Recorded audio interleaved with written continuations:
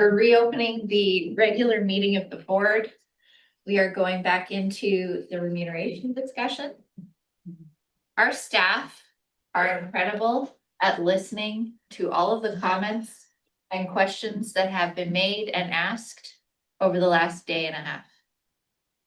Don't ask them again, or I will shut you down. Staff know what we've asked. They have questions for us for clarity about things that we've said. We're gonna let staff go through what they've come up with. Thank you. Thank you. Monica Halitsky, HR Manager for the SLRD. Just resuming the review of director's remuneration discussion from yesterday. And I think maybe would it be helpful to go through the table of proposed amendments listed in the report just very quickly, and then if any questions or comments are raised, we'll address those as we go through the table. Awesome, thank you. So it's page 3 of the report. I'm not sure what page it is in the overall agenda package. So starting on page 3, page 73 of the agenda package. 707. Oh, sorry. That's funny. Yes, we all read 773 pages. No more than that. Okay, go. So the first 6 items in the table are just housekeeping amendments to update the stipend amount to the current rate. That's obviously evolved with CPI over the years since the last bylaw amendment. The section 12 consumer price index adjustment, we're just making an administrative amendment to remove with the exception of 2017, just to kind of reduce confusion on that. And moving forward, the bylaw will spell out that those stipends are adjusted every year on January 1st for CPI. And then the other administrative amendment we are recommending is the for sections 12C. Previously, it was just meeting fees for alternate directors that were adjusted for CPI, and we're making the recommendation that the time spent in transit for alternate directors, that table is also adjusted for CPI. Do you want to pause for questions, consensus before we move to the next section? Any question? Yeah, go ahead. If I can just give some, what might look well here is for each section, I mean, the first 6, they're housekeeping, let's do that as a block. I'd like to pause and go, are we good with that? Okay, let's move on. Are we good with that? Okay, let's move on. The only other stipulation for this process is I'd really like us to give an opportunity for staff to bring back the dollar amount that we're talking about to the next meeting. So if I struggling between like 1,000 or 1,200, let us look at the historical data and bring that to the proposed bylaw. That we're good with that? Yeah. So That's helpful. Ms. Halitsky will pause after each section and just, are we good? Let's move on. Okay. Next section is section 15, benefit coverage. This is just an amendment reflecting the board resolution to include automatic enrollment of directors in the EAP program. So we just adjusted the wording for that provision, for that clause, including that there is automatic enrollment in the EAP. Is everyone in agreement with that? Yes, and also some way that this is totally, I already mentioned this yesterday over to staff to manage, but that the directors are informed that they are enrolled in the EAP program. Okay. Next section is section new sections or new additions, section 16A and 16, sorry. There will be a new section in the amended bylaw, and it will be a section for reduction of remuneration for code of conduct breach, and that's in line with the new code of conduct bylaw that was adopted late last year. Any questions or comments on that? Thanks, great. Moving along, next item. So the next proposed amendments are with respect to the attachments or the schedules A and B. It's right now Schedule A sets out the remuneration of alternate directors. The Schedule B sets out a list of eligible expenses. So there was noted that there was some confusion in reading and interpreting the bylaw. Just having the alternate director schedule first. Many times it was read as if all directors were eligible for what was laid out in the alternate director schedule. And so we're recommending that we switch the order of those schedules. So Schedule B will now be the first schedule, which will be overall eligible expenses, and then Schedule A will be moved to the last schedule, and that will be the remuneration for alternate directors. Any questions or comments on that? That's helpful. Okay, so moving along to proposed amendments for Schedule A, and this is the current Schedule A, which is remuneration for alternate directors. Maybe let's handle it in its proposed new order. So do B first and then we'll do A just to keep it. Sure, okay, so That's how my brain is working right now. let's move to the Schedule B section of the table. And the first item is eligible expenses, which is section 2 in the current bylaw. We're proposing an administrative amendment to update what expenses are eligible for automatic reimbursement while on or associated with regional district business. So what's being proposed is the transportation piece is being removed, and it's just those items listed in that section.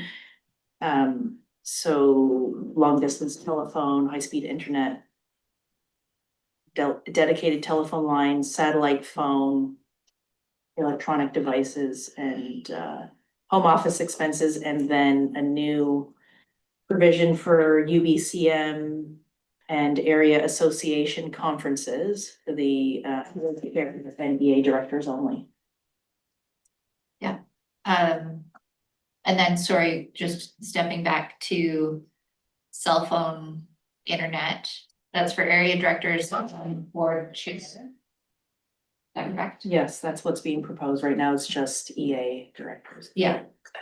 Assuming that municipal directors are having their cell phones covered by their municipality and this isn't an opportunity and, okay, because I think that's important for, go ahead. I just want to clarify, because you said and board chair and Monica said this is just for EADs. Currently. So the request is. Okay, yeah, so the request would be from me as not as the chair, but just as good governance that a future board chair would be covered for their cell phone and internet, because if it's a municipal director, they wouldn't be covered for cell phone and internet unless it's already covered by the municipality.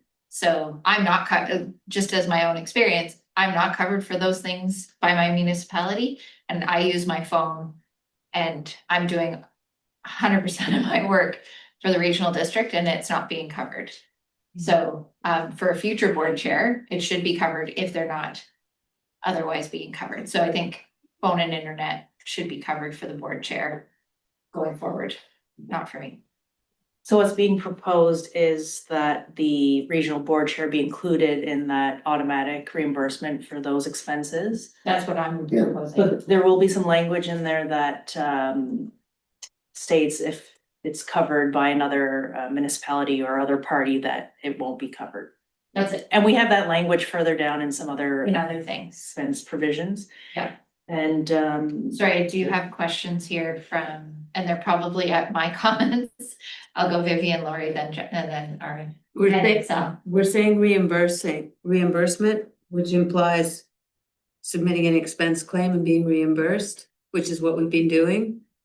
But are we not talking to moving to a Flat fee. weekly? And did we agree on what that amount was? I think the amount will come back to the next meeting, Okay. but yes, this is a good question. And Is we're this calling a it an reimbursement? allowance. Or is this a flat fee? It's, okay, yeah, thank you. Taxable, I don't know. It's, Well, yeah, are we? Go ahead. Are we calling it allowance? That's how we traditionally call it as an organization. It's like, you take the yearly allowance, you split it up by how many paychecks there are, and administratively, that's the easiest thing. Yeah, Anything that isn't allowance is a taxable benefit. that can be considered when we're trying to consider the cost that we will recommend. I think what Monica will be doing when she goes through these ones which have recommendations for moving into an allowance, she will be raising that at that time. So this is a good point to raise now, is that there are items here that we've discussed yesterday to move to an allowance. So thank you. Yeah. That's not lost. Lori, then Arvin, then Sal. Do we have any consideration for the alternate chair? So how much, Vice Chair. vice chair, vice chair, do we have, like, I don't know how much time they spend on the phone, I don't know how much time that they're putting into it, but, or if something happens and you're off for a couple of months, or the chair is off for a couple of months, what is our policy? Can the vice chair just come to the board for recommendations, or how does that work for vice? Yeah, good question. Can we just discuss this so Colin can answer that? Yeah. Want me to go? I can, so anything, there's this remuneration, and then anything can come to the board for approval. So say someone was off and the vice chair took over a large, heavy load, the board could approve expenses during that time. And I think for simplicity, that might be the way, this is almost allowing for delegated for the CAO to sign off on it. So any extraordinary things, I think, could be dealt with at the time. If that would be my recommendation. Arvin, That question and reply answers where I was, my area. Thank you. Sal, you're next.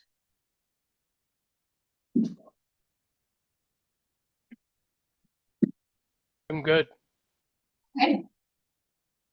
Moving on.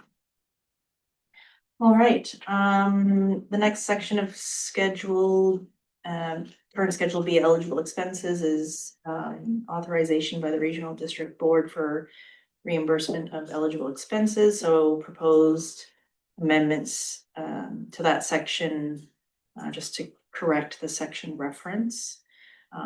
This reference to this section was creating a lot of confusion, and section 3 should include that eligible expenses set out in sections 1 and 2 of Schedule B have automatic authorization.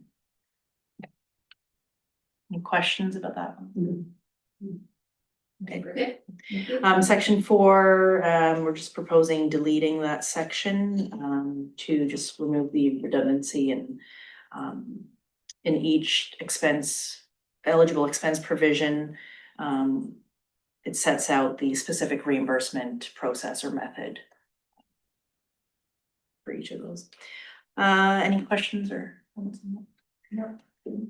Section 5, so 5A being per diem and 5B meals. So proposed amendments to this section to align the incidental per diem and meals expense reimbursement with the new SLRD policy 4726, which is the staff travel reimbursement policy. Okay. Any questions or comments on that? Just how does this, sorry, just generally, I realize I have a gap. When if someone from the board is appointed to one of the external organizations, I know I'm at LMLGA, there's I don't know what the Fraser Basin Council, these types of things, like, do these, like, when do these apply?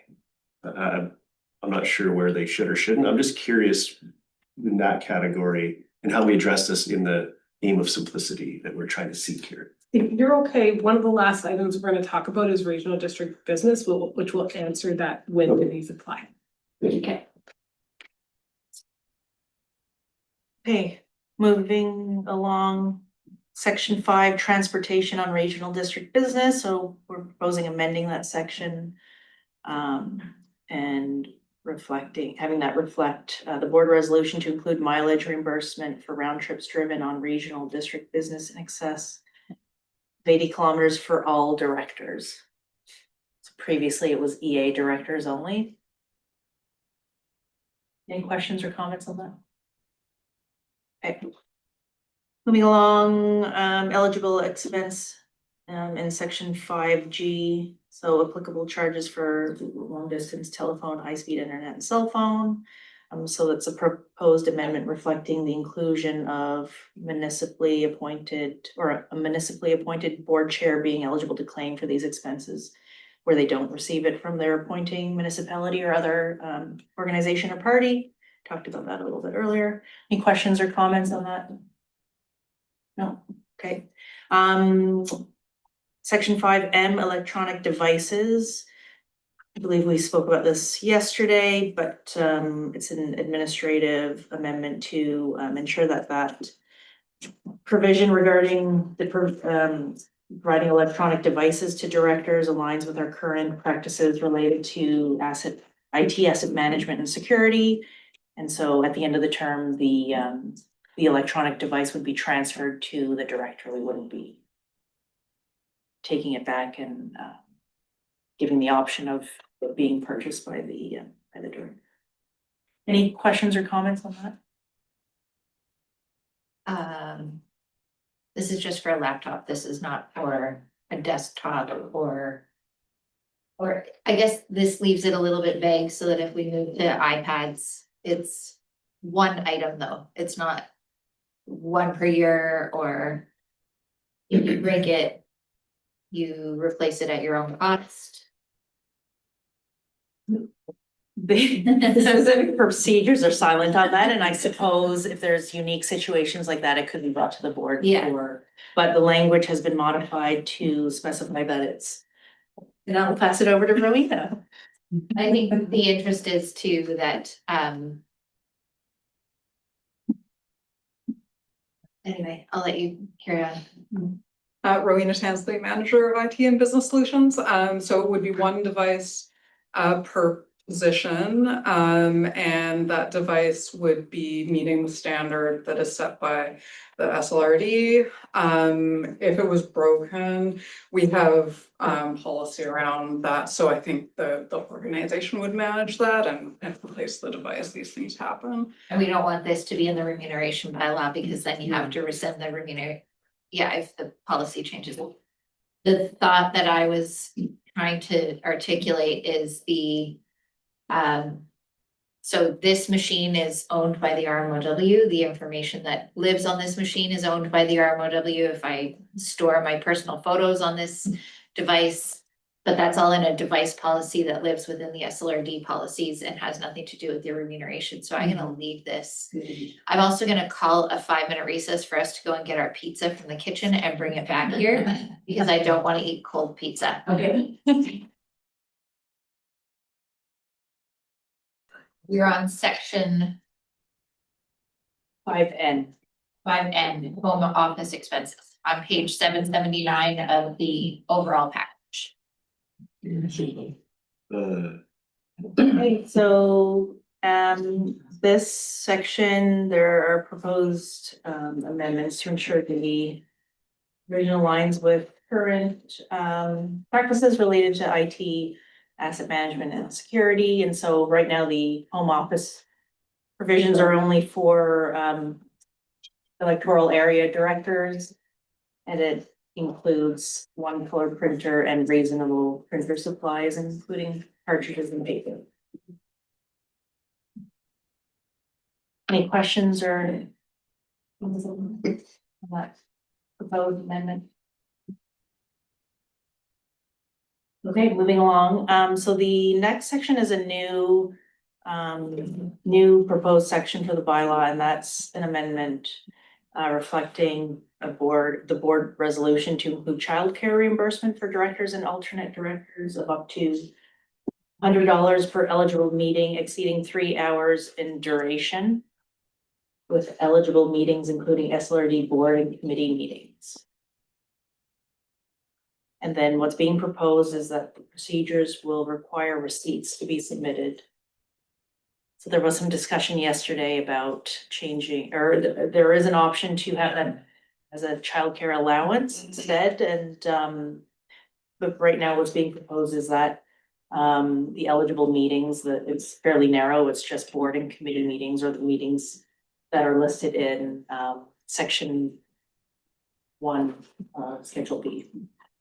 Yeah. So I will come to you, Jack, in just 1 sec. Go ahead. Just want to provide clarity just based on the discussion yesterday.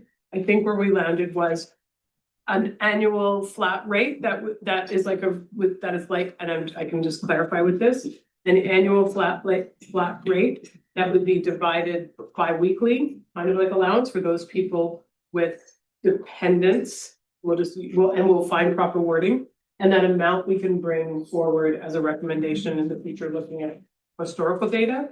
The reason why reimbursement with invoices is a problem was discussed yesterday. But we're looking for direction and clarity on it. To be. I will go to Jack next. I see you with your hand. Thanks. Are we, we're not looking for resolutions, we're just looking for kind of straw polls here, is that what I understand correctly? I think what we're looking for is clarity on, there's 2 parts to this. Whether it's Yeah, a reimbursement or an allowance. And then the amount will come back to us with the formalized bylaw next month.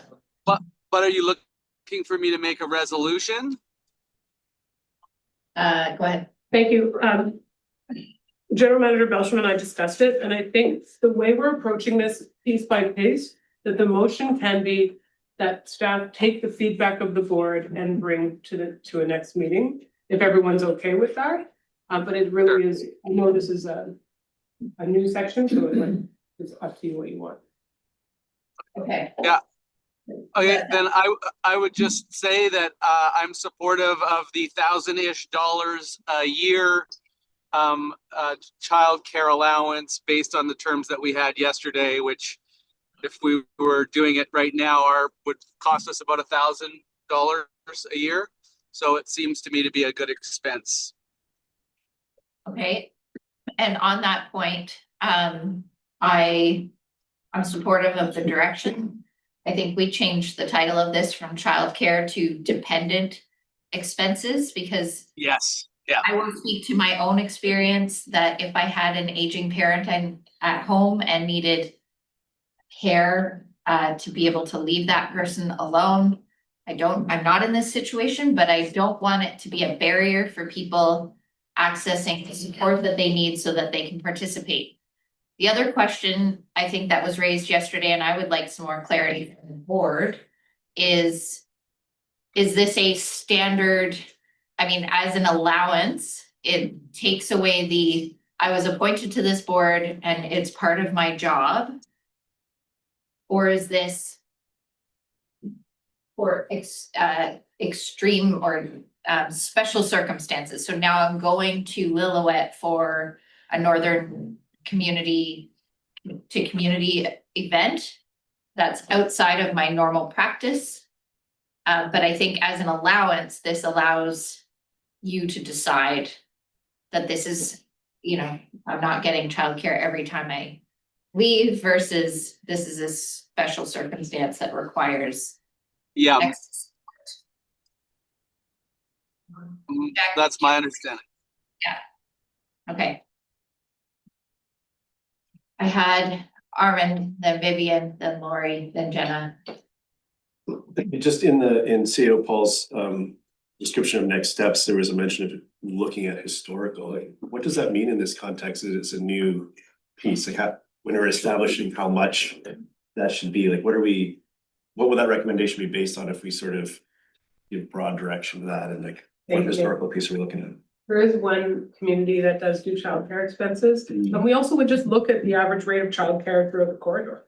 And then make a recommendation on amounts. That will come at the next meeting, and that kind of will be there. Yeah. And I want to remind the board that exceptions can be made. This is just for remove. So if someone has an extraordinary exception and has to use CM and the childcare is going to be very high, the board can make those exceptions. And yeah, thank you. I appreciate I think it is important we change to dependent care, and I think we know that. I mean, we've been discussing long-term care facilities and the need for age. Like, I think that this is going to be continued to be something that we should address. I think that so I'm happy to see that. I do think that if we're talking about doing it in a way that was just, hey, I'm likely to require this support, and then it just automatically happens. I think there's a lot of minutia to get into around eligible meetings and so on. I don't think we should trouble ourselves with that at this point, so I'm gonna say. It has a barrier. Yeah, but if we start going there, then there's lots to say on that. I just wanna. Okay. Vivian, you're next. Oh, I was just so pleased when we were talking about reimbursing childcare for alternates, was sort of how we started. And because I thought for the alternates, it's usually a kind of a last minute, it's not part of their routine to be coming to these meetings. And so I absolutely didn't want childcare expenses to be a barrier to them participating. I don't want that to be a barrier for anyone, but I didn't think of this as being like routine reimbursement for all directors that have young children. Is that what we're talking about now? We're talking about an allowance, and now we're adding directors that also have other dependents at home. Is that where we're going? But only for non-regular meetings, right? Or are we adding it for, An allowance means you don't have to justify which meeting. It's an assumption that throughout the year you'll be attending meetings. And this allowance is meant to subsidize those costs. So there would be no micro analysis. You're on my list. Okay, the next on my list was Lori, and then Jenna. Hopefully we get some clarity for everyone. Probably not my statement, but okay. I feel that public funds should cover governance. I don't think that they should cover personal responsibilities. I don't like the allowance idea. And I'm 62. I've worked all my life. I've paid things a different way. And so I apologize if I'm a bit jaded on this subject. And I know as a politician, I gotta look at different ways and look at, what's happening in our younger generation. I get that, but I still think that, the government pays for child tax benefits to cover things like, or help out with things like food and clothing and daycare to support parents in the workforce. They have $10 daycare, they have breakfast programs. I just think this is a really slippery slope. This decision will create precedents. And I think that residents are already facing rising costs in every aspect of their lives. And the vast majority of taxpayers pay their own daycare. How do we justify that they pay their own daycare and they help us pay ours? I can't support that. However, I do like the idea of unnecessary or unexpected circumstances for directors and alternates. Because as well as for elders and that as well. So I'm trying to do the politician thing where I'm trying to see the younger and the other version of something that doesn't come to me because, like I said, I've done it a different way. So my answer is I don't want to see an allowance. I don't want to see it as an ongoing thing, but I do want to see special circumstances. Lori, I know that was hard for you to say because you feel like it puts you at odds with members of this board. Mhm.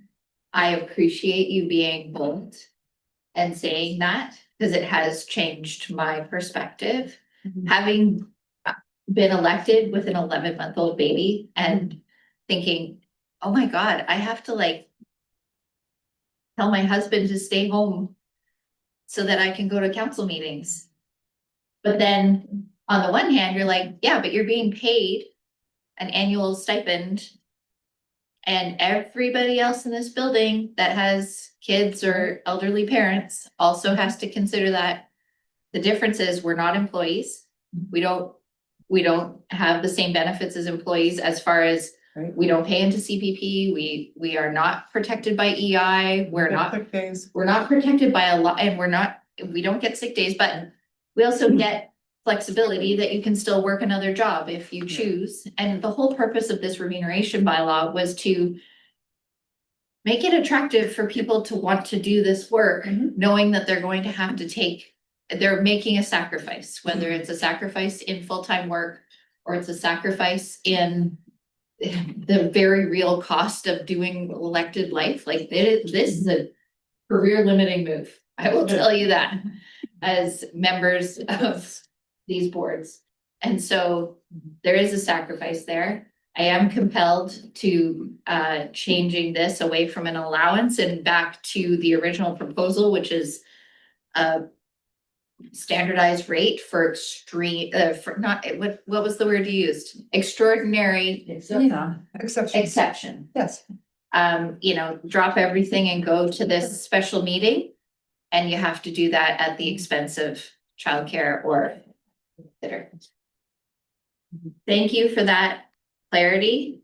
Thank you for the comments. I'm gonna go to Jenna next and then Sal and then probably Chris and probably Armand. Go ahead. Thank you. One of the things that I've been reflecting on, I think that I'd really appreciate some clarity on is what we mean by allowance. So you've described it a little bit. What I have heard differing opinions is whether you are automatically eligible for it or if you can like claim it on a quarterly basis. Like does it just mean that if you have a dependent, you're eligible, like you receive that allowance for the rest of your term? Like, again, there's a piece in here that I've heard differing perspectives on what the allowance means. What I appreciate from the allowance perspective is the administrative efficiency, not having to produce a tax receipt because 90% of childcare, I think, in our corridor is often unregulated or unregistered. Yeah. Similarly for elderly care. And so the reality of like how you actually go about doing that seems odd. And then if we go to some of the extraordinary circumstances, like UBCM is one example, they do have a childcare option on site that is subsidized by UBCM. That's not for all conferences in the space, but it is increasingly more available. So I guess my question is around like how are allowances claimed and what wiggle room is there in there for people to claim them when they need them, as opposed to just as of right, you just get that money. Thank you. In our operations, an allowance is not something that's reimbursement, not something that's claimed. It's an annual flat rate. It's similar to employees with a vehicle allowance. So it says you're not going to submit expenses. We're not going to approve expenses for kilometers. And so the same idea that's what an allowance is. And your qualifications for an allowance is set in the policy in advance. So in this case, it would be, we would look at the age of the child or the dependent. So the qualification is met and then the allowance happens. So I think staff would need to flesh out that qualification based on today's feedback. And reimbursement is about submitting receipts in order to be reimbursed. It sounds to me that there's a gray area here, which is almost like a type something that it's not, you don't get receipts, but if you, I don't know the word for that, but I see what people are talking about is, and that might be by board resolution in the moment at the time. But we could also come back, the recommendation could be for staff to flesh that out if we had direction on agreement on where we can go and flesh it out.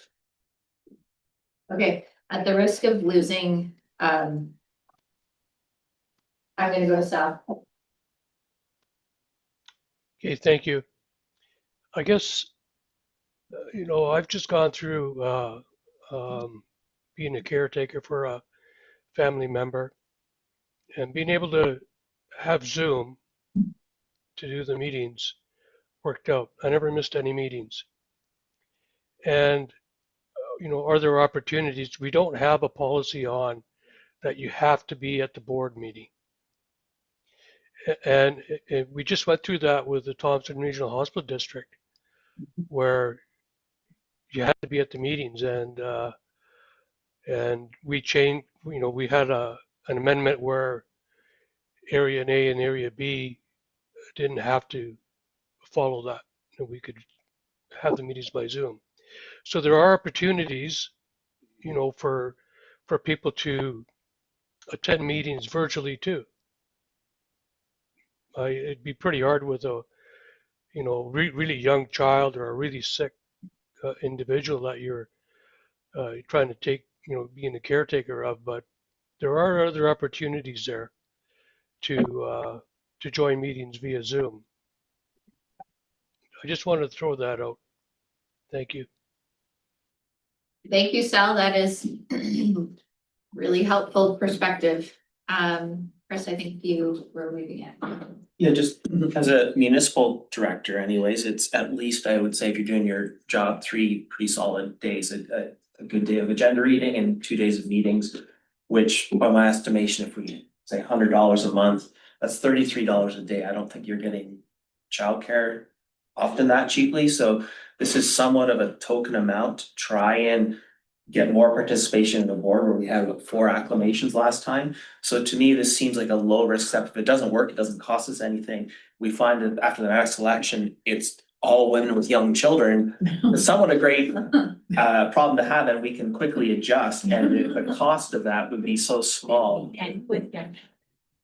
Fair, yes, thank you. We find a way, it seems, to get out of that, which is part of the problem we're trying to solve. But I think it's almost a token and a values-based direction we're trying to go. I think the cost here is worthwhile, reduce barriers, let's just make it easy, and if it's too successful, we can adjust. Yeah. Anyone else? Go ahead. I think that this self-identifying and opting into a program that has very little administrative load for the organization makes good sense to me. I think having a reasonable cap there also makes good sense. I don't think anyone that doesn't require this should receive it, and I don't think the amounts that we're talking about would address a meaningful percentage of this person's overall care that they whether that's they're spending their time or other resources otherwise to address. I think one of the challenges I'm having with this is I don't know that as a group we understand why we're looking at this or what our goal is with this. And I heard some statements as to what that was from various folks around the room. My goal is that that ultimately the ballot and ultimately the table reflects our community broadly. And I think things like this could drive that for a very, I'm looking for other ways to do that. We've talked about overall compensation, trying to relate it to the role and so on, but this is a piece that I think is really important. And even having the policy, and if it's not used, people in the community can see themselves in this role and their reality reflected in how we go about our work. And because other areas haven't been able to address this issue on the scale and as we're aiming to do a small part of here, I don't think should limit our ability to do this. So I think that it needs to have reasonable overall sort of envelope, which sort of come back to us. But I do think that this should go forward to that point where we have a discussion around what that envelope could or should be. And that's where I am. That the dependent piece I think is really important. Some of the comments, I know we sort of, there seems to be some consensus if we're going to do that, it's dependence. Some of the comments around this has been focused exclusively on childcare. So there's that broader piece of elder care, partner care, all those things. And if there's a little bit that we can do to keep those voices at the table, and to get and hold those voices at the table, I think that's really important that we do that. So I'm supportive of this direction. What a reasonable envelope is, and what, how that looks for opt-in, opt-out, and it needs to be self-identifying. Because I think it's critical, because we have a group here that generally gets along. We'll disagree on a topic or two and votes and all the rest of it. But can you imagine coming to a board that might not be in future as amicable to support someone when something unforeseen happens? You have to go to your colleagues that might be in turmoil as we see around the province. We try to address through our code of conduct. So I really think it's important that it's here. And I'll be supportive. I have another 30 minutes on this if for those reasons. Stop. Done. So, thank you. Tony?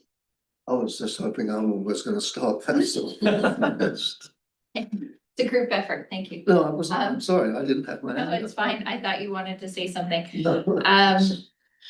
Thank you. Let's move on, Monica. I think I propose something that would maybe straw poll for some direction. I Sure. strong arguments for and against, and I'd put forward a straw poll that we actually just keep dependent care as an eligible expense. As presented in the report, as opposed to moving it to a. what's the word we're using? Allowance. I'll second it. Okay, how do we feel? Can I have a show of hands in support of dependent care remaining as an eligible expense, not an allowance? All in favor? I just say I'm opposed. I feel like this whole conversation was about basically the difference between $1,000 and $2,000 in an enormous budget. And we are going to make it administratively difficult for both the person claiming the benefit and our organization over a very, very, very small amount of money. And I hope we can make it easy for people that want to have children and sit at this board. So I'm not in favor of this straw poll. Thanks. Okay. Can speak to that. Thank you. Through the chair, I am 100% on board with the direction and the intent of what it is that we're trying to do. I want to recognize that this board has led with delivering a parental leave policy for directors. And adding childcare expense as an eligible expense is a really significant step. I appreciate that it adds a little bit of complexity to have to submit something. I think when it comes back to us, we could talk about whether it requires a receipt or it could just be a per diem rate. If you're going to claim that expense, it provides just a level of safety net. It's not an additional administrative burden. It is a slight administrative burden, but I don't think it's unreasonable to be asking that. And then people have a little bit of due diligence as to when they're going to use it or not. I personally would feel uncomfortable if we did just add $1,000 to my annual stipend simply for the fact that I have 2 young children. And that would be hard for me to justify more broadly, especially given I have a really fortunate childcare scenario. So it just it feels out of step for me. I wouldn't feel the need to advance this, but I think it's great that we have the option for somebody who feels like they do. By adding it as an eligible expense, it means that they're not coming to the board to justify it. They can just claim it. There's no questions asked. They get reimbursed and on you go. And just to follow that, Yeah. I really like your suggestion because the receipts are a nightmare in that kind of situation for most people. But that having a per diem so that you're eligible to claim up to, and I think you suggested up to $100 a day or something for childcare. I don't know what but just that, yeah, eligible and that we have a suggested per diem. I think that would be fantastic. Thank you. Good. I'm not in support of this direction, but should we go in this direction? I think that overall envelope is something that I really want to make sure that we understand exactly what that is. Because I think we may be trying to micro adjust something that's, I just want to make sure we quantify it. So I won't be supporting them. Quantified. All of this will be understood. Okay, can we move on? Okay, so was that carried?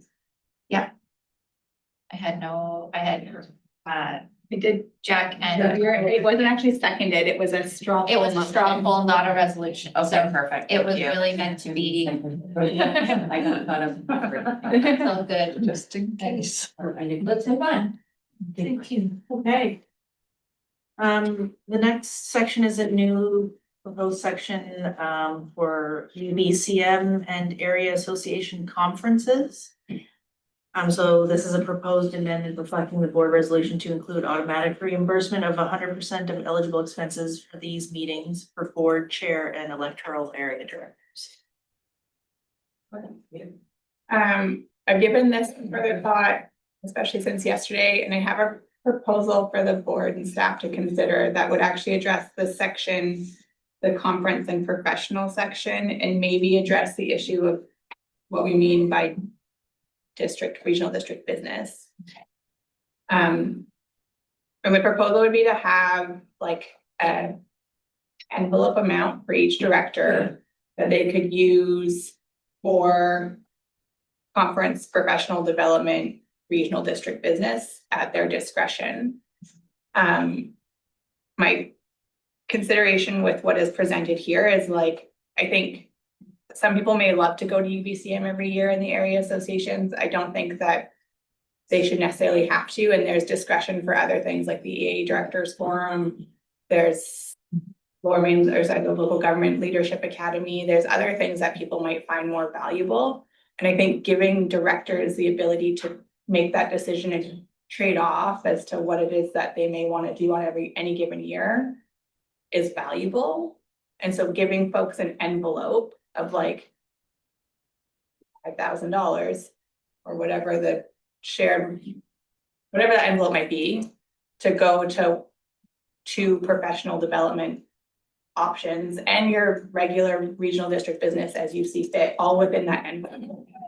And then we each have to justify that on an annual basis. We can provide reports to the things that we've decided to attend or not attend, but I think that might be a simplified way to address these three components without getting into a nuanced conversation of, well, what is regional district business? And you definitely have to, you can go to UBCM, but you have to ask for permission to go to the electoral area forum, which just feels odd. Yeah, I agree. And it does combine these two sections together in a nice way. My only concern is that, and I think to Armin's point, when you have a group of people around the table that don't necessarily agree on, I should go to that zero waste conference, and some people at the table are like, that's a waste of time. So I think this allows discretion for the directors to go to the professional development or the community. I think you're also including community meetings that you feel help you do your job better. It's not asking the board to agree with you. It's saying, this is me doing my job the way I believe. We're each elected to do this job in the way we believe we should. Whether our philosophies agree with each other or not, that's for board resolutions to decide. That's not for each of us to, because for me to go to a cigarette conference, that might help me do my job better. It might help me understand something that's coming on the agenda better. I wouldn't do that, but I'm picking something extraordinary to say, learning about the things you don't agree with can help you do your job better. And so learning about LNG can help you do your job better, even if you don't agree with bringing more LNG or not. And so I don't want to debate whether I should go to a cigarette conference, but I do want to say we're each elected to do our job the way we believe we should, based on the feedback that we get from our community. And I agree with your statement that we should combine these into an envelope that is at our discretion. And I know other local governments do this, and so I see your hand. I think that we can take a lot of that board discussion away from you should go, you shouldn't go, you're allowed to go, you're not allowed to go. And I think we should be encouraged, not dissuaded from going to professional development opportunities, because we all have something to learn, no matter how long we've been sitting here. I see some clarity. It would still require CAO approval, and that's where conflict happens. With this, so just to be clear, with a budget, are you bringing to the board a list of what you're spending it on? Or if you feel like you're away to a conference in Vegas, you're gonna choose that because you have $5,000? Because, and I would, clarity is that would allow this. Unless it went to the CAO for approval, and then we're back to the same conflict. Right. And I think I want to take the CAO's discretion out of it to immunize you from having to say yes or no. Mhm. I think that's up to us to hold each other accountable for things we go to. And I would say it would be unreasonable to travel into the States. Like, I think most of what we can accomplish will happen within Canada. I don't want to exclude us from going to FCM. But then, you know, it's gonna cost more to go to FCM, so maybe that's a come to the board and ask for an extra exception kind of thing. I'm gonna go Chris and then Vivian. Yeah, I support this. I think, say some conferences and professional development, the electors, this is maybe where it's appropriate for the electors to ultimately hold us to account if we're going to Las Vegas or whatever. I would suggest maybe this is one though where the chair should have a larger envelope and something can be brought back. Yeah, totally, and I think that comes back with the direction to staff. Vivian, you're next. Agree very much that the chair should have a larger envelope. I don't know what to set as a limit, as I'm thinking about UBCM, I think certainly staying at the Empress, I think I blew more than $5,000 right in that. I don't know what the just by the way, but I asked about keeping it rural conference. I think maybe the person who could give some guidance to directors that want to do something that's outside of the routine should be the chair of the Yeah. board. Yeah. And that way CAO Paul doesn't have. Worry about So that. delegate, no, I think we still wanna keep it As an individual decision. as a decision, but anyone feeling uncertain should be able to confer with the chair on an unofficial, off the record basis. Right, like we do anyway on anything. Right, yeah. Tony, then Armand. My experience when I was an educator was, initially we used to have to apply for every conference or workshop we wanted to go to. It was time consuming and it's going, please can I go, and that got changed. And we were given an allowance up to, you didn't get the money. And then you could keep it and not go anywhere. But you had an allowance that went up to a certain amount. And if I want to go to a conference, I just register, submit the receipt, get the money. And nobody was saying whether I should have gone there or not. No, it worked very well because when there was an element of trust in there, did I, as a school administrator, go to a Spanish language course because it interested me? No, it wasn't for that. It was for things that were going to help you with your particular job. Now, I can't see anybody. Well, if you get a cheat, then you can come back saying, "Oh, look, we told you," and so on. But not the majority of people are going to be responsible in how they handle it. And I think the board holds each other to account and the electors will ultimately decide, for. Okay, I think we've beat this one. I had Armin, then I'll go Jenna and then. Yeah, thank you. Just in that, like holding everyone to account, I'm curious what reporting looks like on any of this. Does it just show up on a Sophie? Like I'm sorry, I don't know where everyone goes and the things they do, except for when we cross paths or I get to hear a story about that. So are we introducing some expectation of that with this, just to share his comments? Thank you, that helps me, because when we say the board holds each other to account, I would say how. Because the expense, you're submitting an expense, it's the CAO reviewing it, and then the CAO making the decision to flag something, it's a conflict. So my request would be either it's not all these expenses are co-signed by chair and CAO, or we have a policy that is very prescribed on what it is spent for, so that, the Deputy Director Hodgins puts it very well, the transparency of the public on what their taxpayers are being spent on where people are going is not missed. So, Right. If I see Vegas. So is there a monthly report back to the board? I mean, Annual. if I'm going to LMLGA, I'm reporting back to the board that I was there. And if I deviate from, I signed up for the conference, I went to the conference, but I did not appear in one conference room. And that becomes public. That's on me to, I think that's. And just to be clear, my question wasn't necessarily to suggest that we need you know, we need reporting, but I want to be clear if there was or wasn't. I think that when we do have so few reports that's going to expenses, it doesn't really get into value for money as far as professional development, that sort of thing. Yeah. So perhaps if they go, there's an opportunity to report back to the board, not so much on an expense perspective, but you know, comment on lessons learned. I don't know, but there's something missing here. I think Yeah. could be better. Well, is I the would look board at it. code of conduct issue if you say you went to the conference and you were actually in Vegas? Like, go ahead, Jennifer. There are some communities who do this really well, I think, with a semi-annual report from each director, and it just gets compiled. It's a template and it says, these are the things that I attended, and sometimes they're empty, sometimes they're full.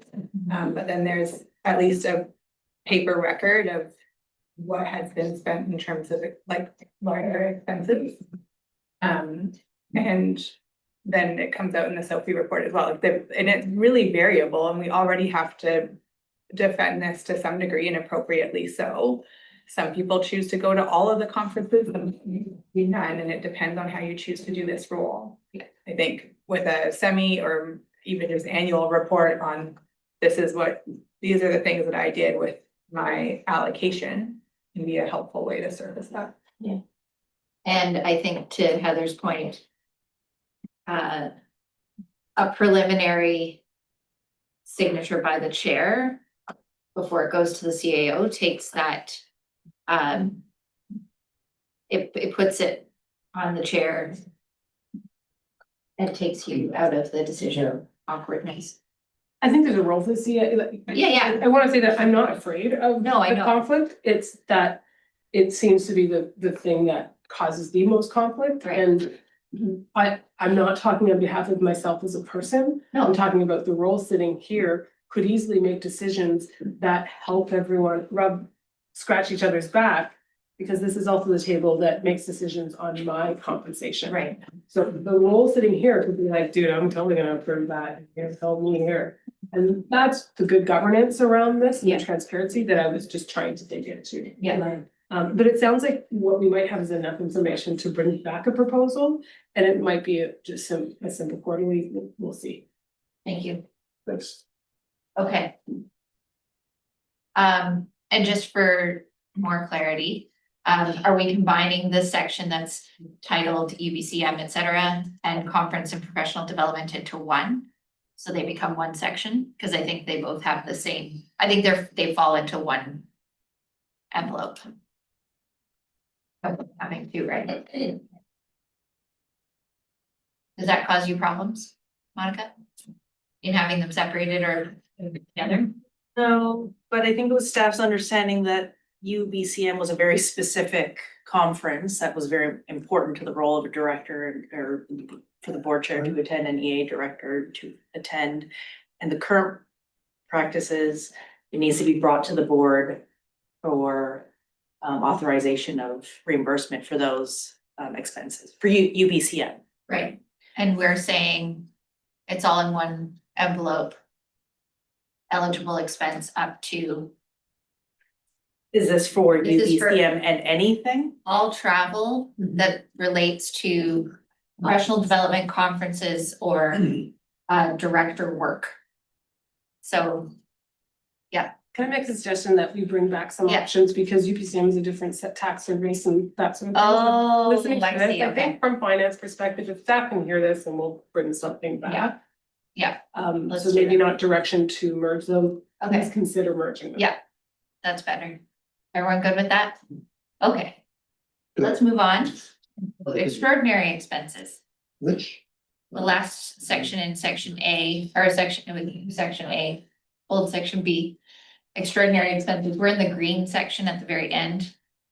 Monica, So this is just a new section being proposed to clarify the process for requesting reimbursement of an extraordinary expense that's not listed in the schedule. And so sure.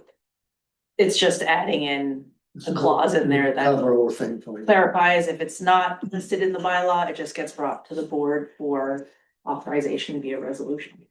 Yeah, I'm gonna ask a question on me, I should maybe know the answer to, but I heard the funding, like a certain cost center for certain things.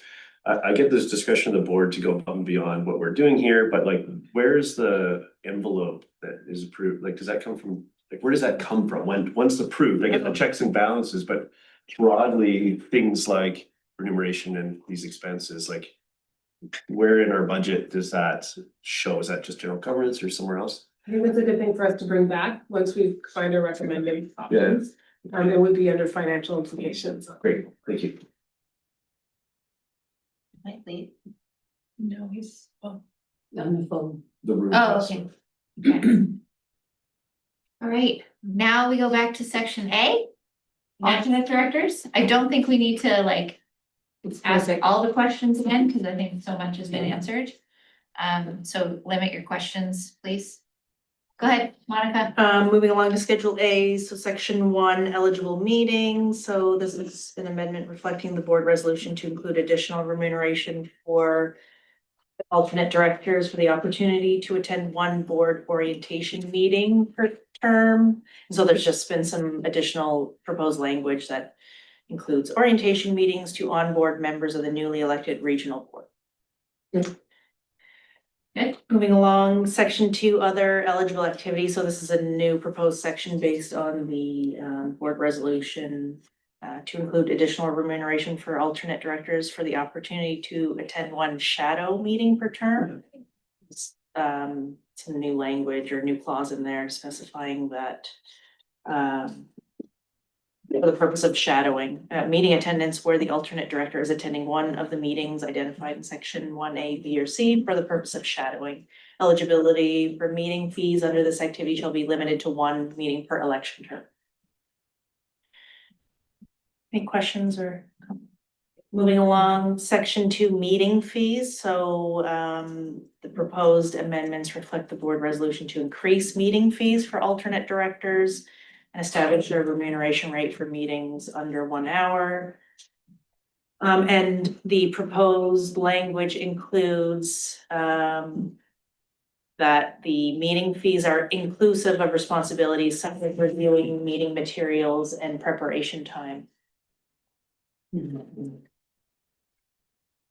so the new meeting fees reflect that time required to review meeting materials and You want to put in any language about, so that you don't have to come back and rescind and reapprove, so that the dollar amount can grow with CPI, or is that inherent in this? it is in the main bylaw, under the consumer price index adjustment, section 12. And it says in there, the following stipends are adjusted by CPI, meeting fees paid to alternate directors. Thank you, sorry. I In the missed that. schedule, Okay. listed in the schedule.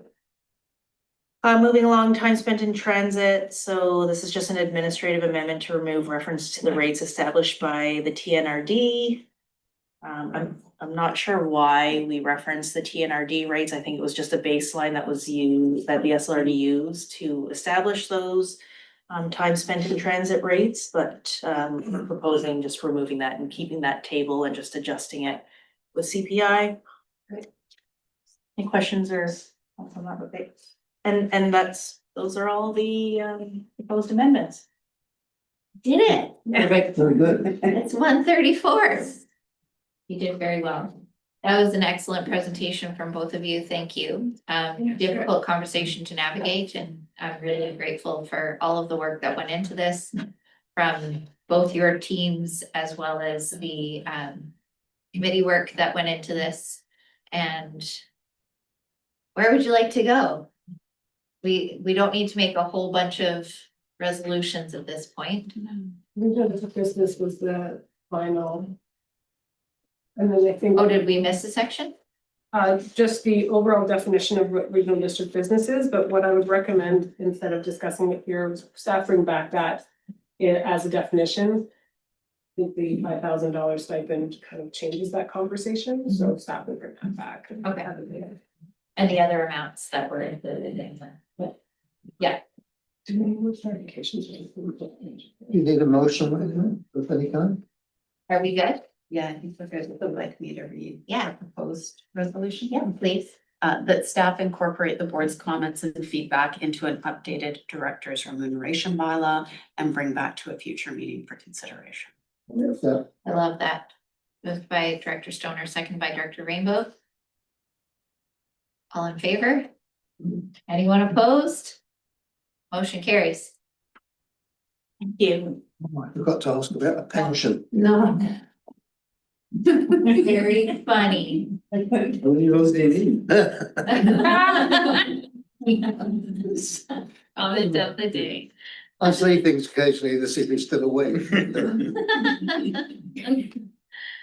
My favorite.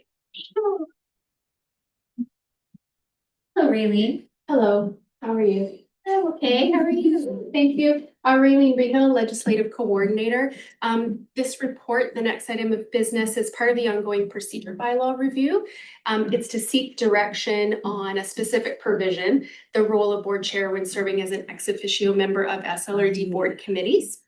So the draft procedure bylaw was presented last month, and the board's directed feedback, as outlined in this report, has been incorporated along with the board's earlier direction to formalize existing procedural practices. So as this particular practice wasn't flagged for changes through the board survey or subsequent discussions, the draft proposed bylaw reflects the longstanding approach that when the board chair attends a board committee meeting to which they are not otherwise appointed, they are an ex officio member of that committee and are not entitled to vote and are not counted towards quorum. So included in the report was some information related to small SLRD committee quorum and some practices found in other regional districts in BC, which permit the ex officio chairs to vote and be counted towards quorum in their procedure bylaws. So right now, staff are working on finalizing that proposed bylaw to bring back to you in April. And so this was an opportunity to seek the board's direction on whether to maintain the current ex officio practice or to consider another approach, which is at the discretion of the board, before we do that in April. Thanks, Tony.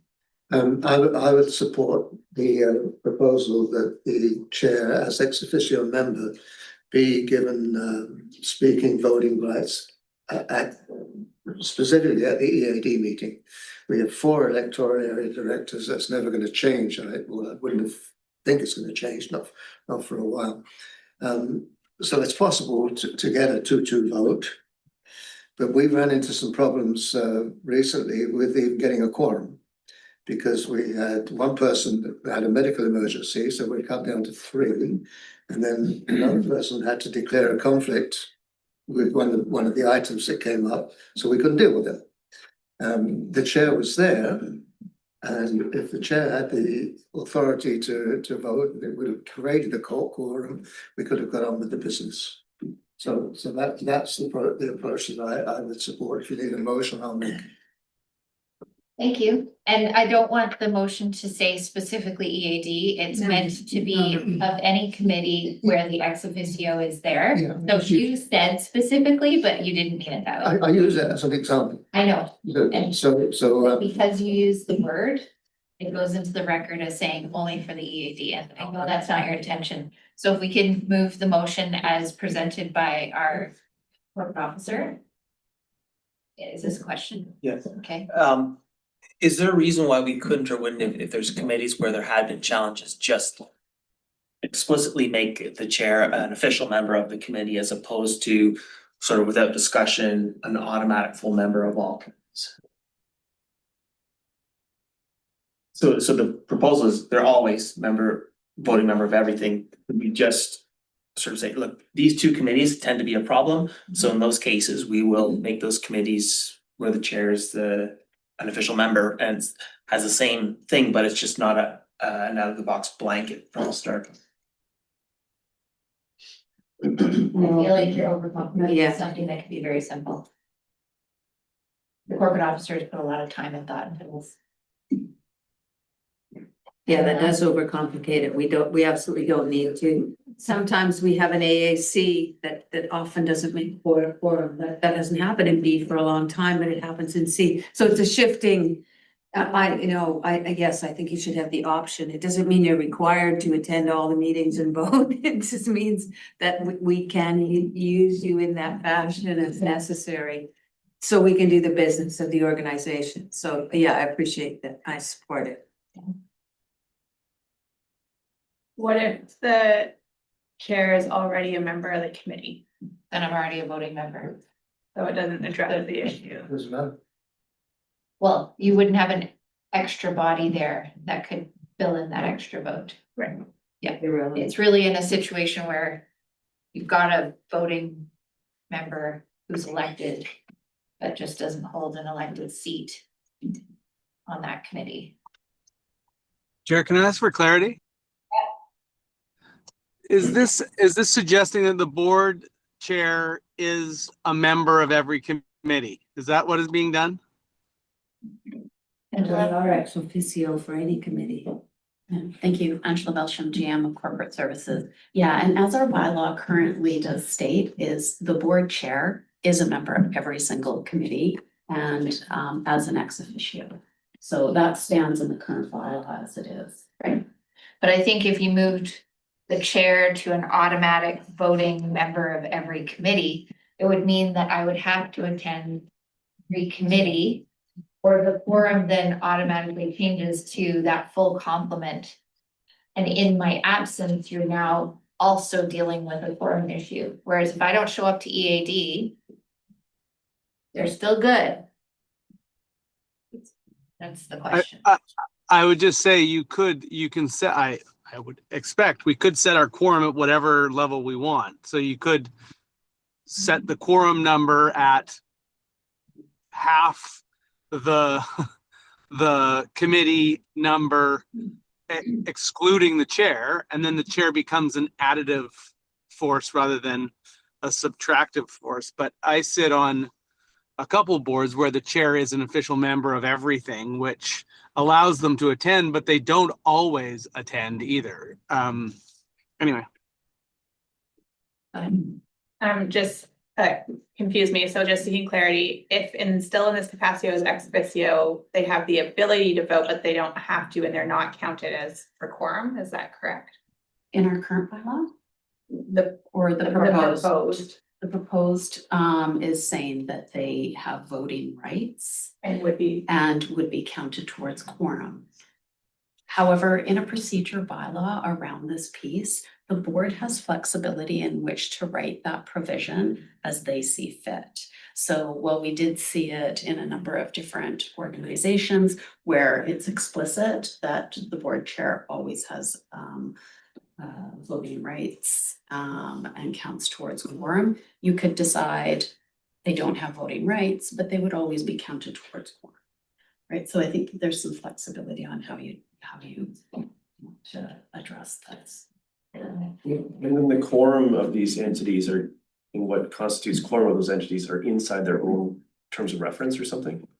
Typically majority, yeah, of those, yeah. I'm thinking about, I generally support this direction, but the EAD piece I think is really interesting in the scenario that, just to use that as an example, I know it applies more broadly, but in the scenario that we just heard from Director Rainbow, if the chair was present and was able to vote, things could have continued, but should they have? Like, are these quorum pieces, like, should they have continued in, right? But this isn't, yeah, you see what I mean? So I think that making decisions on behalf of the EAD in absence of a big chunk of the EAD maybe is something we don't want to do. I know that that's been sort of that category of thing has been a challenging discussion at the table. So I want to make sure that we are intentional with this. And I don't know what the right thing is. I don't sit at that table, but the balance of that feels like that could be problematic, but maybe again, I'm overcomplicating something that isn't, but I just wanted to, not feeling super comfortable with that. Maybe. If I could just say, with respect, I think that we can be confident that the chair would have enough discretion to not be hammering things through with the advantage of, one area director being down sick. And no, I think that if there was a matter that should be left until that absent director is back at the meeting, just exactly as you did at the previous EAD, you would do so and not sort of take advantage of the fact that Considering though, the next board chair could be completely Yes. unruly. It did cross my mind, you know, I think of Mayor Hammer-Jacks in Kamloops, you Let's not know. mention name. Let's not get Yeah, into sorry. liability issues. It was on the CBC this morning. Also, the next board chair could be an EAD director. Yeah. So, Which so is what, that's provided in the is it? language. Yeah. Unless you're already a member of the committee, which I would be if I was an EAD director, I would already be a member of the committee. So So that, it's, I think the issue Chair. is, do we have, I'll get back to you, Jack.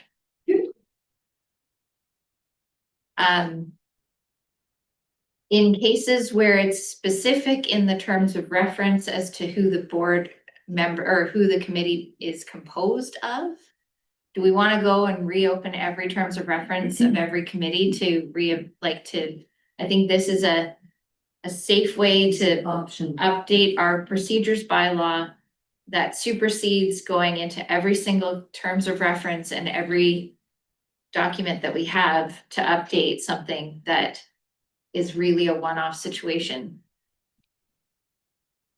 I'm getting I think this gives repetitive this now, so. this is an option, this option gives us an option, sorry, option one, that, you know, we could perhaps be able to proceed with business in unusual circumstances by using the chair. It's just an option that we have. It doesn't mean you have to go to all meetings and be voting all the time on things. And so I support option one. Jack, you wanted to say something? Then I'll go to Jenna and then we're gonna go to a motion. I just want to say, you Chair said what I was, I think, going to say, which is I think we should go with option one, give a vote to the chair and move on. Thanks. Thanks, Jenna. I'm just curious at whose discretion is it that the chair can vote? So if there is a contentious item and the chair is like, I want to say on that, and I can be the split vote, can I show up and choose to vote as the chair? The chair has a vote, I think. The chair has a vote and the abstaining of the vote is in favor of whatever's on the floor. So by putting this provision in, the chair has a vote at that table. For all things, all the time. Things, all the time.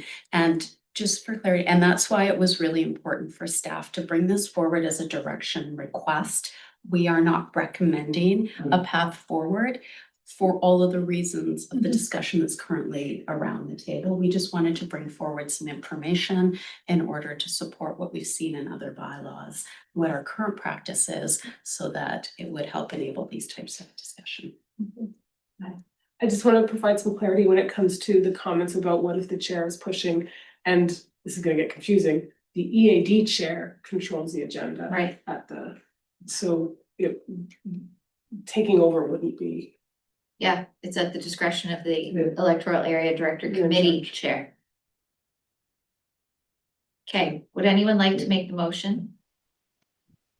I'll second Director Birch Jones's motion, option one.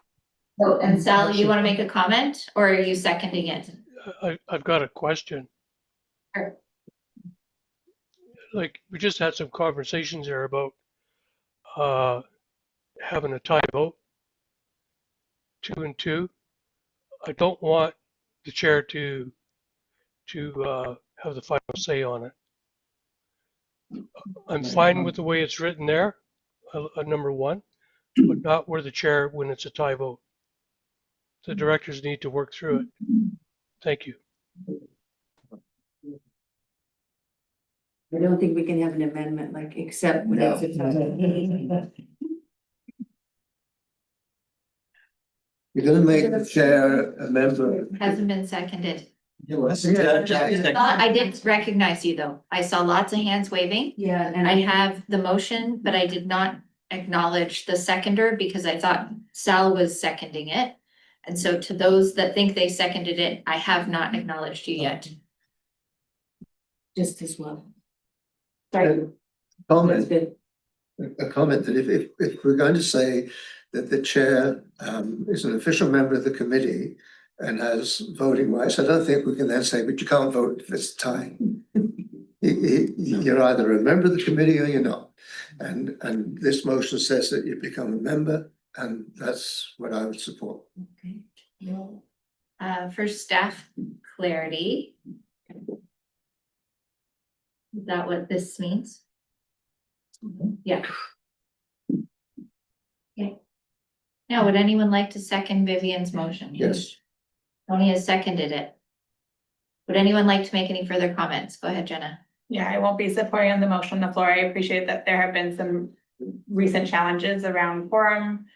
And there may be some case studies recently that have precipitated this discussion. I think it's been a good discussion, but I think putting the chair in a voting role in all committees is a challenge for me, just as of right.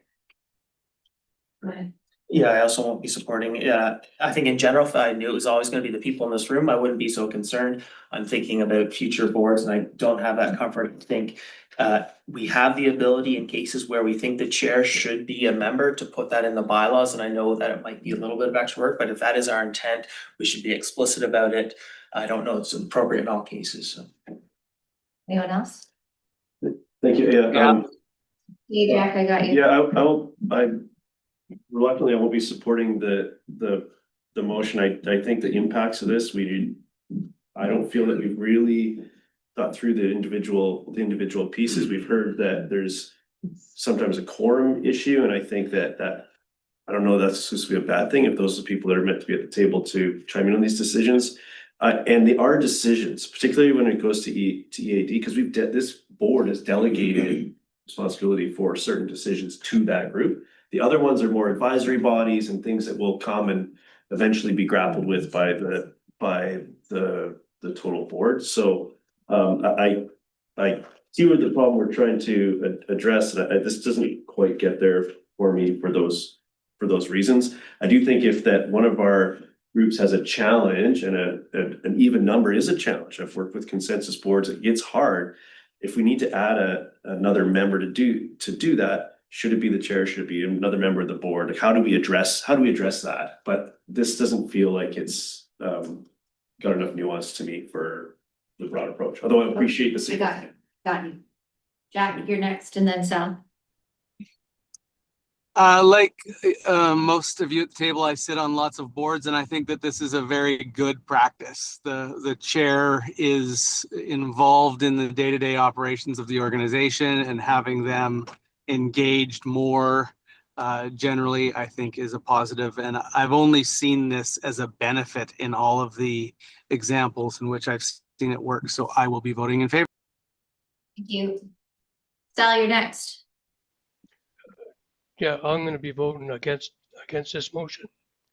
I don't have clear clarity on what's actually gonna take place. Okay. Anyone else need to weigh in? Okay, I'll call the question. Who's in favor? Aye. Jack, Tony, Lori. Who's opposed? Jenna, Armand, Jan. Chris, Mike, the motion fails. Thank you to staff for your work. Oh, and Sal was also opposed. Thank you. Okay, thank you, Raylene. Thank you. The failed motion provide enough direction to staff. You're okay. Chair, I have a 2:30 to set up, but I'll be on the phone for the next 45 minutes, Sarah. Thank you.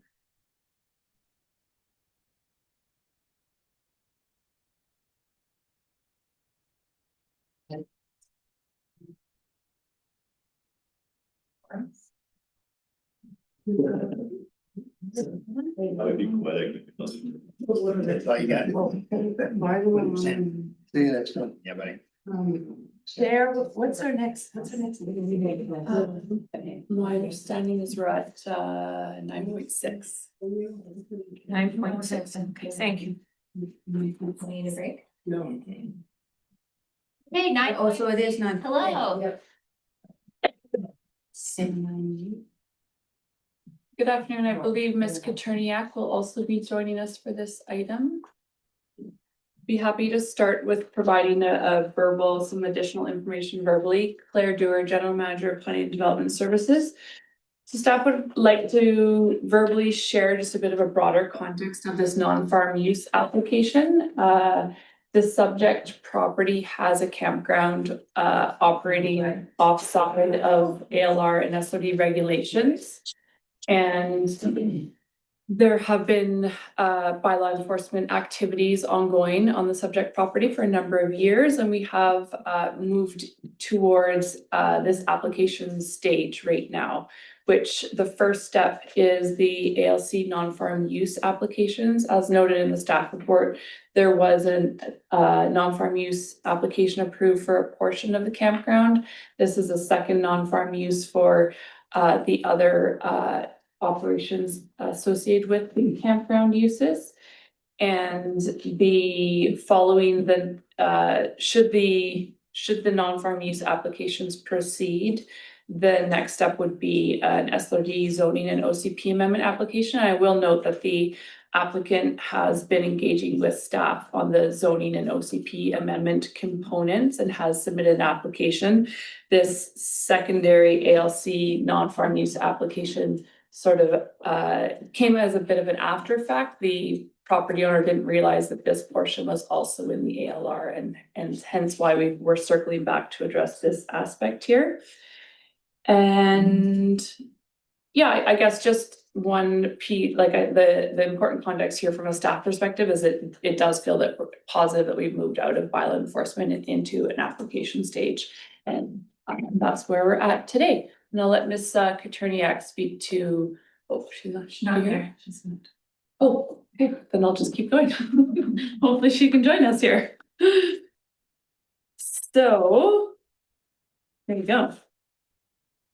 This is a direction request as our ALC applications come to the board as per direction requests. The total land that is under application for this non-farm use is 3.9 hectares of an 82.4 hectare site that is in the agricultural land reserve in electoral area D, and it's proposed to be utilized for a campground. And as noted, there is existing campground operations happening on the site.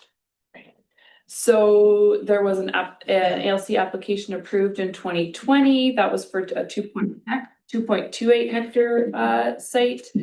This addition of 3.9 hectares would include 14 camping spaces, septic field, washroom building, garbage recycling, and this is more at the entrance of the property. Oh, and I'll let Ms. Katerniak continue on from here. Thank you. Thank you, and I do see that Ms. Katerniak is here. I do wonder if we can move to questions from the board, just recognizing time.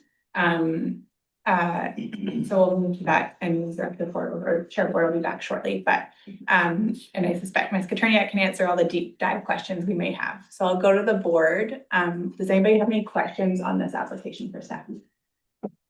Yeah, Director Birchstone. Just for staff, I saw, just reading that they were allowed, at some point up to 20 cabins and then no site plan was, I think you just said that. But I just wondered, is this a situation where the applicant doesn't understand the process and the conditions, or are they just going in their own direction, disregarding the conditions? And yeah, and maybe I'll just jump in a bit on process, and I can speak to the nuances of the site plan. So a non-farm use application was submitted that was approved by the ALC. They also want to see any zoning and OCP amendment bylaws that go forward. So they are still keen to be actively involved in this file.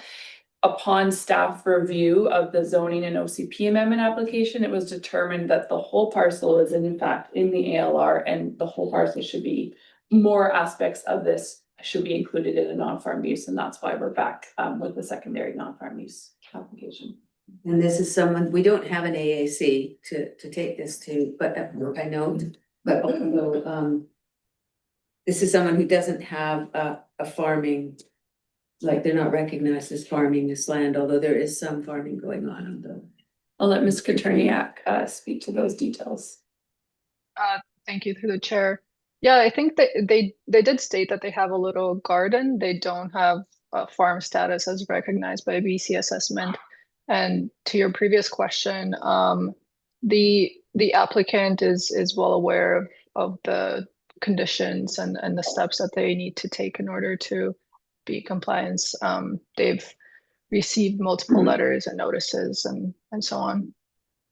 Thank you for that. I have Director Rainbow next. Yeah. Speaker flip. I just want to comment that where the campground area is, it's land that is not particularly useful for, would be useful for farming. So I don't have an issue with them having a campground there. I do have an issue with it not being processed properly, and so I'm glad that they're involved in this.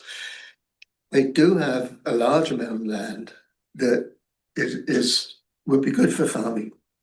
And I encouraged them when they spoke to me, I encouraged them to contact Crystal. We don't have an AAC, but I encourage them to contact Crystal Ten Brink and to sort of actively solicit somebody to do some farming on that land. You know, to lease it for 5 to 10 years or something like that, and get that farming happening. They're not interested themselves in doing any farming, but I just would like to take the opportunity to try and push a little bit to increase the amount of agriculture in the valley. Thank you. We're good. Everyone else good? Would anyone like to make? I'll suggest that we authorize the application be forwarded to the ALC without a recommendation at this time. And speaking to it briefly, it's encouraging to hear that the applicant is working with staff to try and come in to due process. I am challenged by this, recognizing that the area where the existing campground is not ideal for agriculture, but I do think ideally that gets tied with some form of agricultural output from the site. I recognize the ALC has previously approved as a recommendation for the current site, and I'll leave it to the experts to decide whether some additional campground use is relevant or manageable on this site.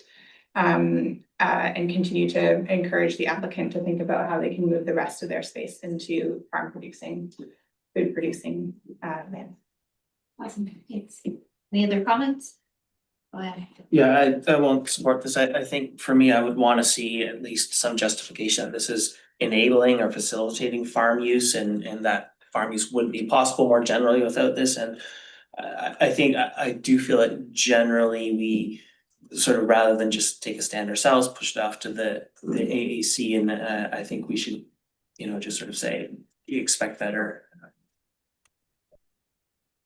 Okay. All in favor? Anyone opposed? Both Tony and Chris are opposed. Motion carries. Thank you. Thank you. Okay. Right along, no post. We're gonna change the outcome of this decision. No, Okay. I don't think so. Can we take it off? I was wondering if it's right to ask staff if they can actively pursue the farming aspect with this applicant. Separate from the motion, it's separate from the application. I can just share that those conversations are ongoing. We don't have a mechanism to require that, but we have been encouraging the property owner and the agent to consider that land. Okay, thank you very much. Thank you. Phillips, oh, hi. Can I make a comment on just, or is it over now? Well, here's the thing about, and I appreciate that you haven't actually had an opportunity to sit with us. Making comments that may change the outcome of the decision after the motion has been passed and we're moving on is against good governance. And so I'm happy for you to ask questions before the motion, or That's fine. we can take it offline and certainly if it's for. No, it's fine. I actually answered with the farming component that staff is working with that. I think food security is important. Absolutely, absolutely, yeah. Mark Phillips, tell us about Place Glacier, please. Perfect.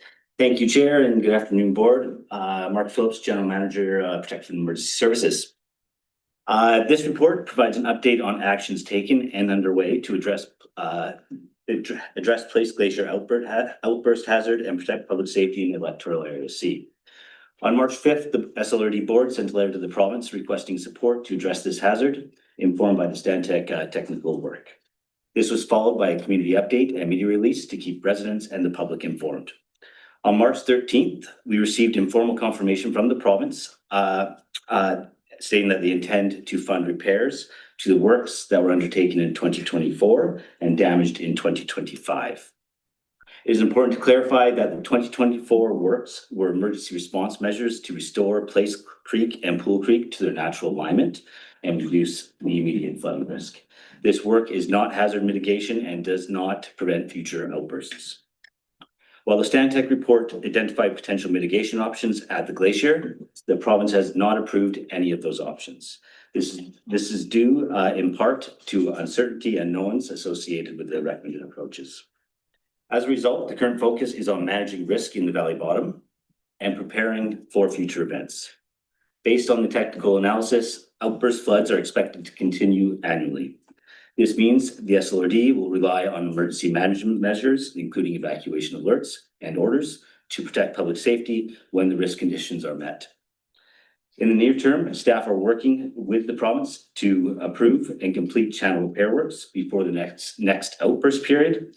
And at the same time, staff are exploring additional measures at the valley bottom, which include sediment removal and also improved hazard monitoring. If there are questions, I'd be happy to. Questions? Go ahead, Jen. Are you working with anybody that in the local area that's living there and has had the experience? We are in regular communication with community members. Good. Okay, thank you. Any other questions? Nope. Okay, so this is a. Seconded by Lori, comments? I was just looking at this new section on the form and it's about enhancing relations and level of community engagement. Well, it looks like you've been involved with the Indigenous community rather than just informing them, right? So I would check a different box. I will say I love the new report template. It is so good.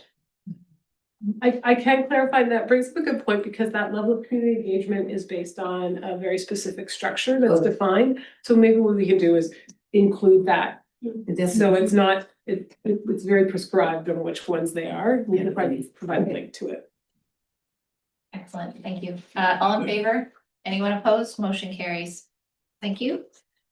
Now talk to us about Howe Sound East Fire Chief. Perfect. This report provides the board with information regarding the full-time Howe Sound East Fire Chief position. And it outlines key drivers supporting the transition to a full-time position. And I'd be happy to answer any questions.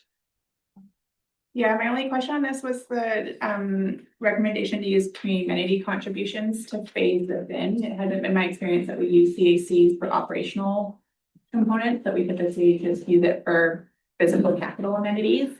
Maybe that is different here, but I'm just curious about that approach. And especially I think in light of previous discussion we had today where 1/2 of the development that might be supporting the expansion for fire in this area is potentially about to go through a more major re-envisioning project. So where does that sit in terms of receiving CACs and the work that we do to advance the fire service? I'd love to. Alan Hodgins, Deputy Director of Finance. This amenity funds that were used were given by the developer and were specific for the Howe Sound East Fire Service. There wasn't restrictions on those being required for capital, and so we've helped fund some of the operational costs for the service. We also are receiving a fire hall and a fire truck from the developer that will be in Furry Creek. So they are providing some major capital components, but they also provided a cash contribution to the service that we are using to kind of help brace for the big capital influx we're gonna have in a few years. Yeah, thank you. Move receipt. I just wanted to.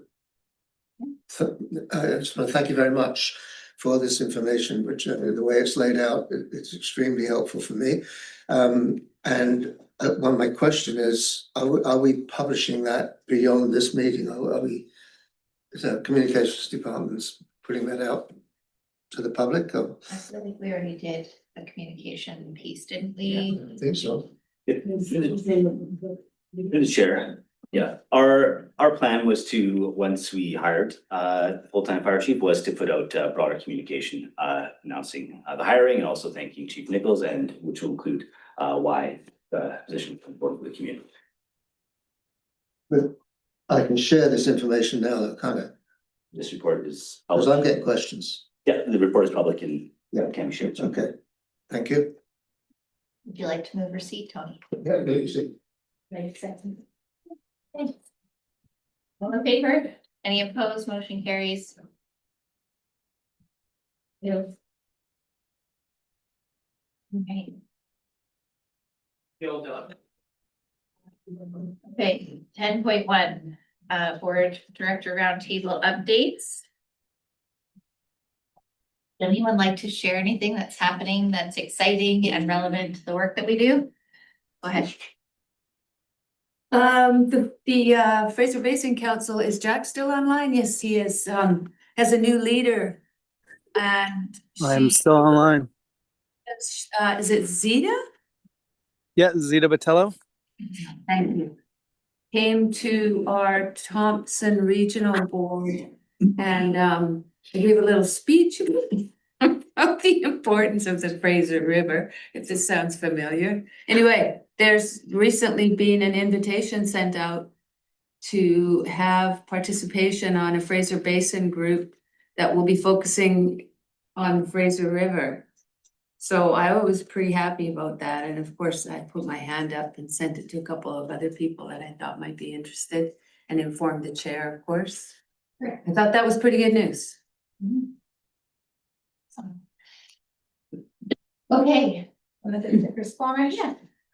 I'll just speak to some news in the past few weeks. We have struck a task force with the Squamish Nation on land back. It currently is served by 3 members of council from the Squamish Nation and 3 members of council from the District of Squamish. It is an interesting time to be pursuing this work and something that we have all decided continues to be very, very important, especially amidst the conversations of divisiveness and fear. The intent of the task force is really to coordinate engagement, research efforts, and engage our communities in deep dialogue around what land back could look like for public lands within the District of Squamish. We have examples of what that might look like, recommendations around co-management of parks and protected areas, restoring original place names, facilitating access to traditional harvesting sites, advocating alongside Squamish Nation as it relates to Crown land dispositions, whether we explore opportunities to recommend policy updates for the District of Squamish on our land dispositions. So the topics are broad, they're big, they're important. I also want to recognize they're scary for a lot of people. And we're right. I would been saying lately, we're walking a bit of a tightrope on this one. I think it could go really poorly if we manage it poorly, and it could be really, really impactful if we do it well. So we're asking our community to come along with us in a journey of discussion, discovery, and genuine curiosity of what this could look like. I think what I keep reminding folks is that this is happening whether we want to be at the table or not, and this task force provides a table for our communities to come together and define how that looks like for us in Squamish. So we'll keep you updated on the work, but that is some of the stuff that we're doing at present. Amazing. Thank you. Okay, motion to receive the chair's verbal board director roundtable. So thank you. Seconded by Tony. All in favor? Any opposed? Motion carries. 10.2, this is a director's report from Director Rich Jones regarding the Downton Creek Forest Service Road access. Okay, well, there's a letter and on the late agenda, there was also a letter from Michael Kennedy, who's a long-term outdoor recreation person, very knowledgeable, and he provided that letter with quite a bit more background, but I think the point is Downton Forest Service Road is one that Ministry of Forests agreed to leave open for recreation many years ago with the Lillooet Naturalists. Mainly went around, we were doing this hiking guide, and 3 of the premier hikes in the guide are off the Downton Forest Service Road. But aside from that, it's just spectacular for snowshoe, cross-country, ice climbing, backcountry, etc. It's a really beautiful and well-used, well-loved place, and there's a lot of value in having visitors as well as local people enjoy and have access to the Forest Service Road. We've had a lot of trouble keeping it open for various reasons. As you can see in the email from Cascades Forest District, Michael Brian Moore, BJ is what he's known as, is inviting anyone who has an interest to participate in an upcoming meeting. I've indicated my interest, and I wondered if any of the staff with Parks and Trails perhaps would be interested or available. I know this isn't on the work plan. I don't think this involves a lot of time, but I don't have a time or a date for any engagement. But I wanted the invitation to be there. And I've talked about the Downton Forest Service Road before at the board. I guess I'm asking for the support in pursuing advocacy for keeping that road open for outdoor recreation in Area B. Such as a meeting at UBCM with the Ministry of Forests, or what other kind of advocacy are you envisioning? Well, I would probably go to SILGA first, which I am attending, but I think this is a problem throughout the province with access being lost or shut down. It deteriorates, you know, there's forestry does not have a budget to maintain roads that aren't generating a lot of income like this one. Are you taking a resolution to SILGA, or? I haven't done that.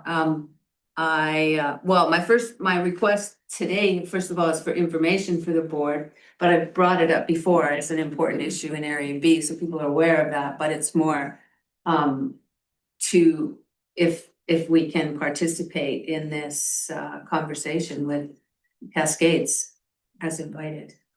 Okay. With the request for staff time, I just want to bring clarity on reprioritizing our work and for the board. I know all of these feel small, but when a staff member attends a meeting, there's pre-work. When they finish the meeting, there's end work, and those meetings usually give direction for more work. And so beyond advocacy of letter writing and the work of this board, I'd ask for we need priority. Staff have a full workload and a lot of things to do, so I just would like some clarity from the board on priorities. I think in the absence of, this is a very localized issue on its face, but when you get into the bigger discussion about Forest Service roads and recreational access to dismantled Forest Service roads and all of the things that go along with it, I think there's well-placed advocacy if you were to go to SILGA and you know, if there's a provincial interest in advocating to the ministry, do it that way. Otherwise, requesting a meeting with the ministry or ministry staff, we likely wouldn't get the minister, but we would maybe get an ADM for a meeting at UBCM just to talk about this localized issue. But there's still lots of staff time that goes into preparing for those meetings. So unless there's I want to thank you for bringing this report, though. I really think it's great to for these requests. It really helps us bring clarity. If this was a priority of the board, this is a great avenue for this to request staff time. I will say we can sit down and look at this, not knowing the schedule, not knowing anything like that on our overall work plan when it comes to advocating for roads and those sort of things. We can look at it on an individual basis and make that decision without deprioritizing any other workload is is what would be probably not the best answer, but the operations answer I can give you. Jen? Just a question, would a letter from the board and the staff here be helpful, Vivian?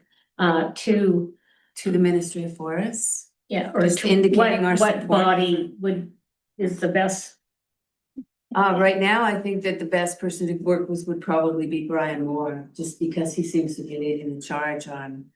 He's sympathetic and actually has the mining component on board with this.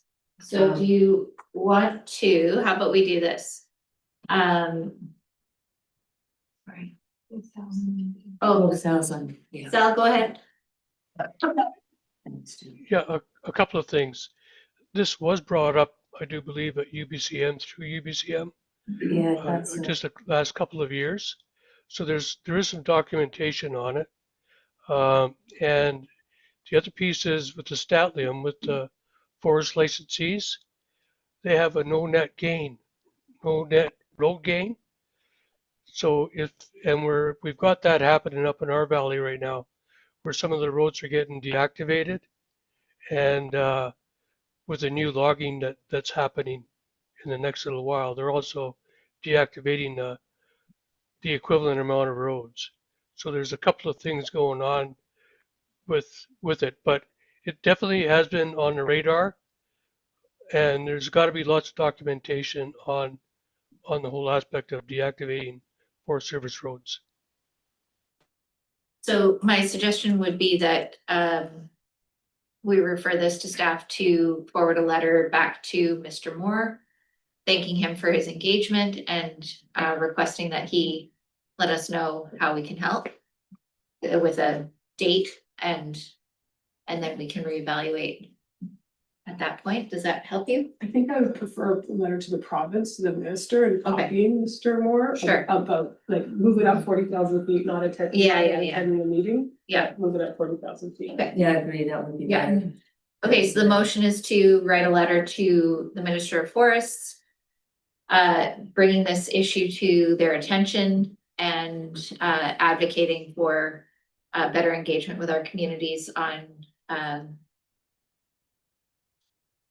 sorry, Well, just maintaining some of these Forest Service roads for the purposes of outdoor recreation. I mean, and you know, the point of Michael's letter, he's just trying to show that outdoor recreation is like way more of an economic driver than, for example, logging or mining like that. And of course, this is a biased, I can't guarantee the source or anything with the step, but I mean, I think there's a very good point there. It really is a hugely important driver. And certainly it has been an important economic consideration for Lillooet and Area B. I believe that we would like to foster more of that low impact outdoor recreation. This is an opportunity that's disappearing for us. And quite a few have gone before it. So a letter would be helpful, and I think to the Ministry of Forests, it would be great. It would be nice to copy Brian or myself. You'll be included, it's always Who's gonna forwarded back to the area. board's gonna see it, yeah. I have Jan, then Lori.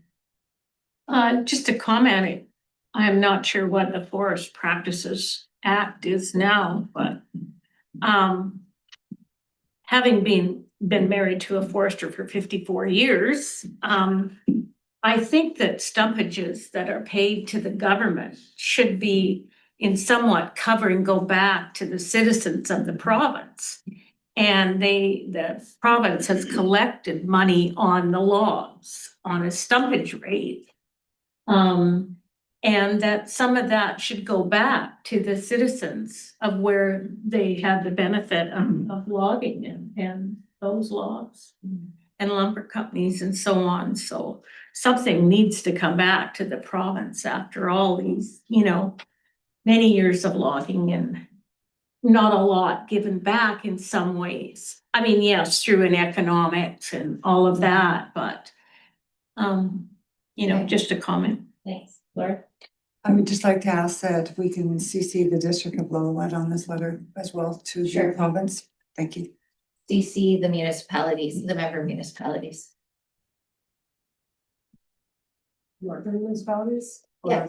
Well, I think everyone. Or 4 member municipality. Yeah, we're going to be having these always to ensure that First Nations are consulted in favor of any decisions. Yes. Because we don't. Well, actually, the First Nations were consulted. That was the conversation that happened quite a few years ago when other Forest Service roads were shut down. And this is why, you know, when Sal's talking about no net loss, I'm not the slightest bit worried about, we've lost so much. There's a lot of room to not lose. I think, We're not. I in a think the point is deficit. just from our practice, from our guide, As an is that SLRD we body. will request that the province engages with First Nations wherever it makes sense. Isn't that their responsibility to do that? It doesn't hurt to Okay. put it in there. Okay. Did I have another hand? No. All in favor? Is there anyone opposed? Motion carries. Moving on. We have 10.3. This is a director's request from Area C. Pardon? Oh, yes, he did. So Director Mack created this request. Ordinarily, we would defer this until he was here, but he has requested that we go forward with a board decision. We have Bo. Here to answer any questions. Great. All right, we have our bylaw officer here to answer any questions specifically towards problematic dogs. And we could probably extend that to other animals, but it does say animals. Any questions? Go ahead. What is our current approach when we receive complaints around dangerous or other types of animals, animal related complaints? Good afternoon, Lee Allen, bylaw enforcement officer, through the chair. If I receive complaints where it's been human-animal conflict, I advise individuals to contact the local law enforcement agency. I also create a file for animal conflicts that are dogs, you know, happening. That's the interaction that I mostly get. I do create a file. My follow-up in some cases, depending on the situation, I will contact both owners of the animals, which has actually resolved itself quite well in, you know, most of the cases, you know, once you actually have hear both sides. And then just a follow up on that. And this may just be unclear of how we interact with local RCMP, but if we have a bylaw, are they able to enforce our bylaw? And how does having a bylaw specifically help the work? If, through the chair, if we had a bylaw, an animal control bylaw, then the RCMP could enforce it. Oh, but in the absence of a bylaw, they can only talk it out. Well, they do have authority if there's to seize a dog, if a human has been injured, so they do have that already. Okay. Director Hopful, go ahead. Mine was less about a dog and more about a problematic deer, or a lot of them. Lillooet has a lot of problematic deers and people are getting very upset. So I know that's gonna be a bone of contention come October, but anyways.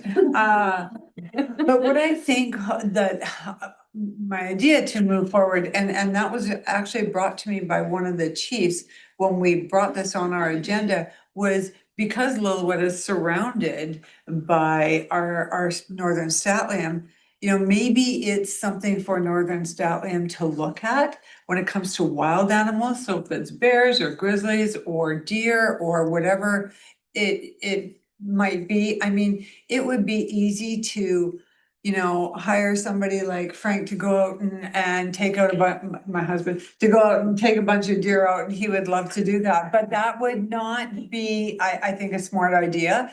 I think it's more, it's viable to talk to our Northern Statliam, and I will be bringing this up at the intergovernmental table, because I think that's a good way to work together, improve our relationships, and just have that conversation there. So I just wanted, no question, but just a comment. Thank you. I have Tony, then Chris, then myself.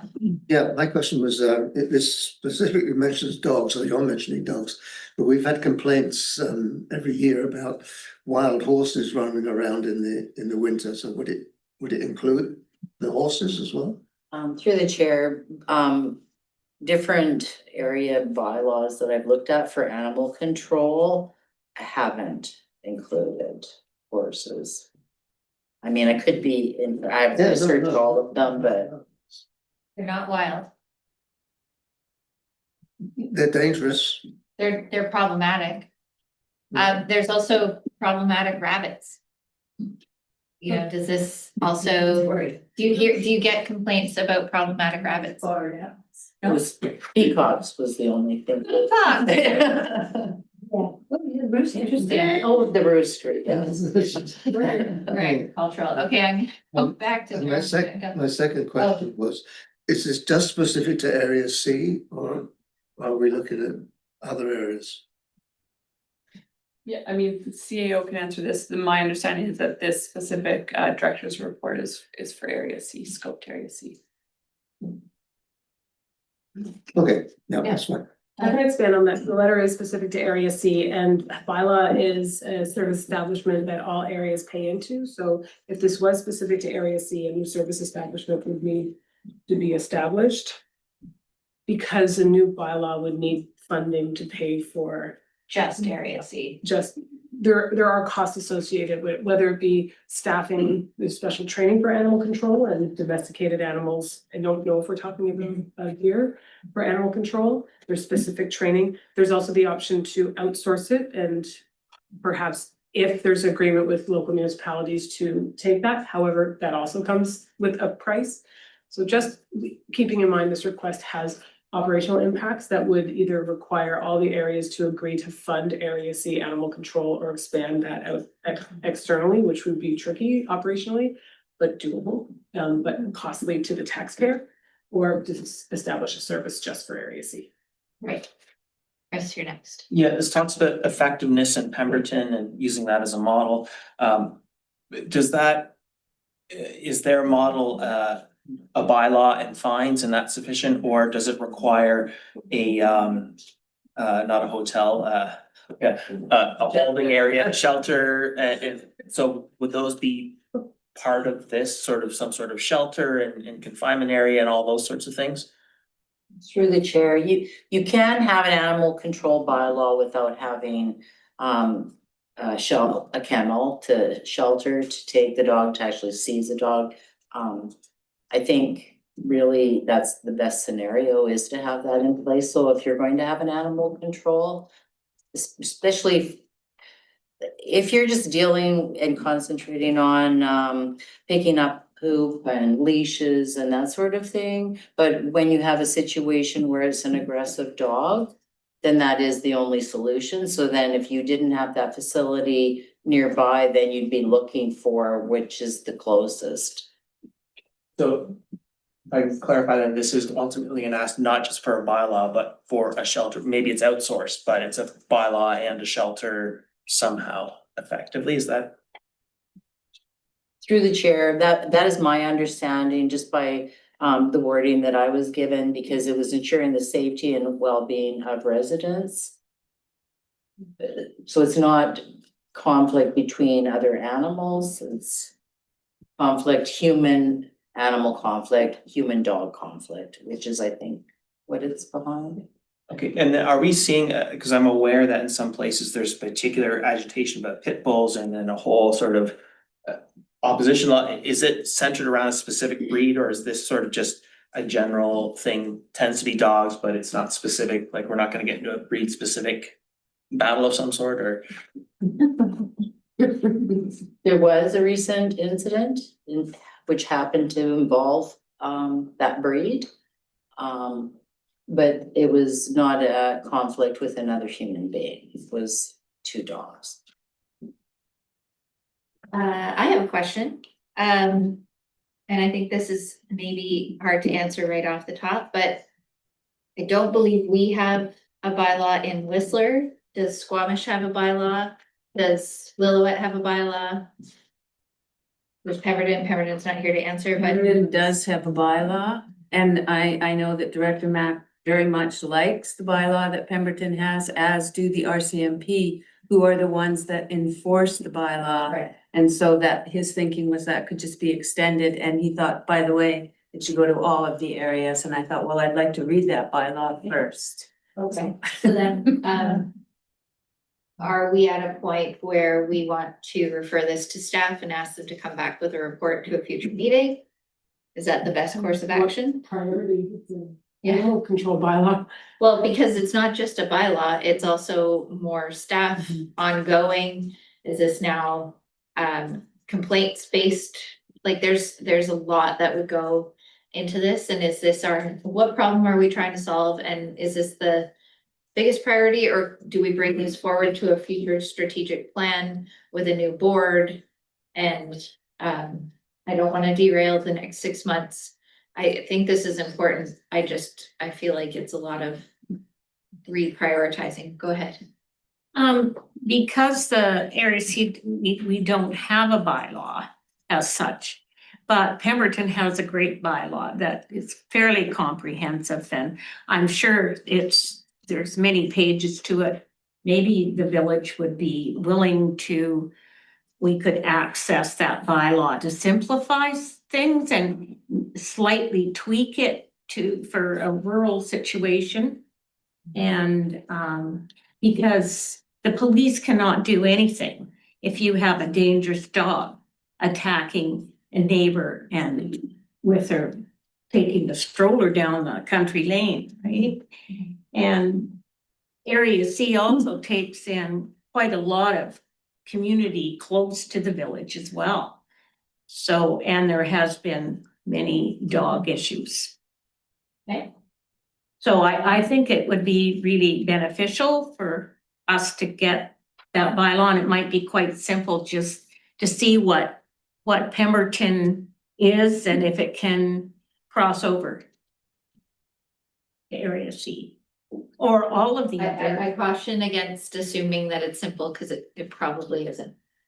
When you get into crossing jurisdictions with our CMP and who's going to enforce and where the limits are, and do we want this for all areas, or do we want this just in Area C? I've heard both, and so I just hesitate in saying that this could be as easy as copying and pasting that from the village of Pemberton. Yeah, just having said that, the police say that if they don't have a bylaw, they can't do anything. Right. Put it there. Thank you. To add to the conversation, I will share that our noise bylaws have been an example of that, and they are often enforced by our CMP, but we have chosen to have noise bylaws that are as close to our member municipalities. But the electoral area member municipality, the electoral area has had a noise bylaw that is reflective of the member municipality noise bylaw, where as much as possible. There's the bylaw aspect, I think, where staff would need time to explore, and at the direction of the board. Our concerns are more around the actual enforcement, as Lee noted, needing to seize dogs, needing to store dogs, needing training for bylaw enforcement officers to address those problem animals, because we don't have that capacity at present. I would like to move this recommendation with an addition. The board authorised the drafting of an animal control bylaw for Area C. So just limit it to Area C. And I think when I think of this particular area, Pemberton is not sort of a contiguous unit. It's got a little bit up here and a little bit over there, and Area C is all in and around. you know, you get that ridiculous situation of a policeman, RCMP, trying to deal with a dog and it runs into area C quite easily. And if we had a bylaw in place, it wouldn't matter. They could just deal with it. It seems to make sense. Russell really wants to see this. Pemberton already have a bylaw, and if we can get ours as close as possible to that, I think it would be helpful. So that's what I would like to move. Okay, just thinking back to a previous discussion that we've had today, where does the funding come from? We would have to now set up a service establishment specifically for Area C to fund. Is that what you said? Well, there's one question that we can answer, but without putting too much staff time in, is can we have a bylaw that's unfunded? So there's no service or budget attached to a bylaw, meaning we have a role and we have no way to enforce it, but just our CMP can then enforce it. Okay. We can ask ourselves that question. I don't think it's fair to ask staff in the moment. Right. That No. question, but I think if we go that far, otherwise. We don't have cost centers to support the noise bylaw, do we? We have the bylaw, if all areas were in agreement to pay for Area C's bylaw enforcement, as I understand it, the bylaw is one service establishment that pulls equally from the area. So if it was just for one area, we may need a service establishment. So what we can do is a limited amount of time to look at the options if you refer to staff on, is there a, can we do it versus should we do it conversation? So is a better motion that we refer this to staff and ask you to come back at a future meeting with proposed options? Yeah, not with the bylaw itself, but yeah. Yeah. Yeah. Oh, okay, I was just trying to move things along a little. I know we- Get bogged down. And if it came back as something for just Area C, or if it was for, you know, just give us some options. So refer to staff Yeah. and ask them to come back with the options. That motion I was suggesting wasn't seconded, so I'll modify it to whatever Angela writes down there, and she's going to tell us what I just moved. Thank you. That the director's report be referred to staff to come back at a future meeting with options related to the management of dangerous animals and animals causing problems within electoral area C. That's what you said. Yeah, I thought we wanted to remove the reference to Area C, that we come back with some options. Yeah. So Yeah. could be just Area C, or it could be, Correct. That could be one of the options. okay. Okay. Thank you. I won't be supporting this, and that's based on some information that's likely that wasn't included in the letter, which is largely based on my experience with the District of Squamish's bylaw, and the complexities that involves licensing, including of animals, including kennels, including, you know, kennel and animal shelter operations, control of dogs, dangerous dogs, cats, bees. Like, there's so much to this. We know there's a challenge with horses. We're asking the board to come with a I'm just report and recommendations. That's I hear you. I'm just saying that I have some of those, and I'm some additional context, and I'm not supporting this. Okay. All in favor? Anyone opposed? Director Herford opposed? Carries. Thank you. Thank you. See you.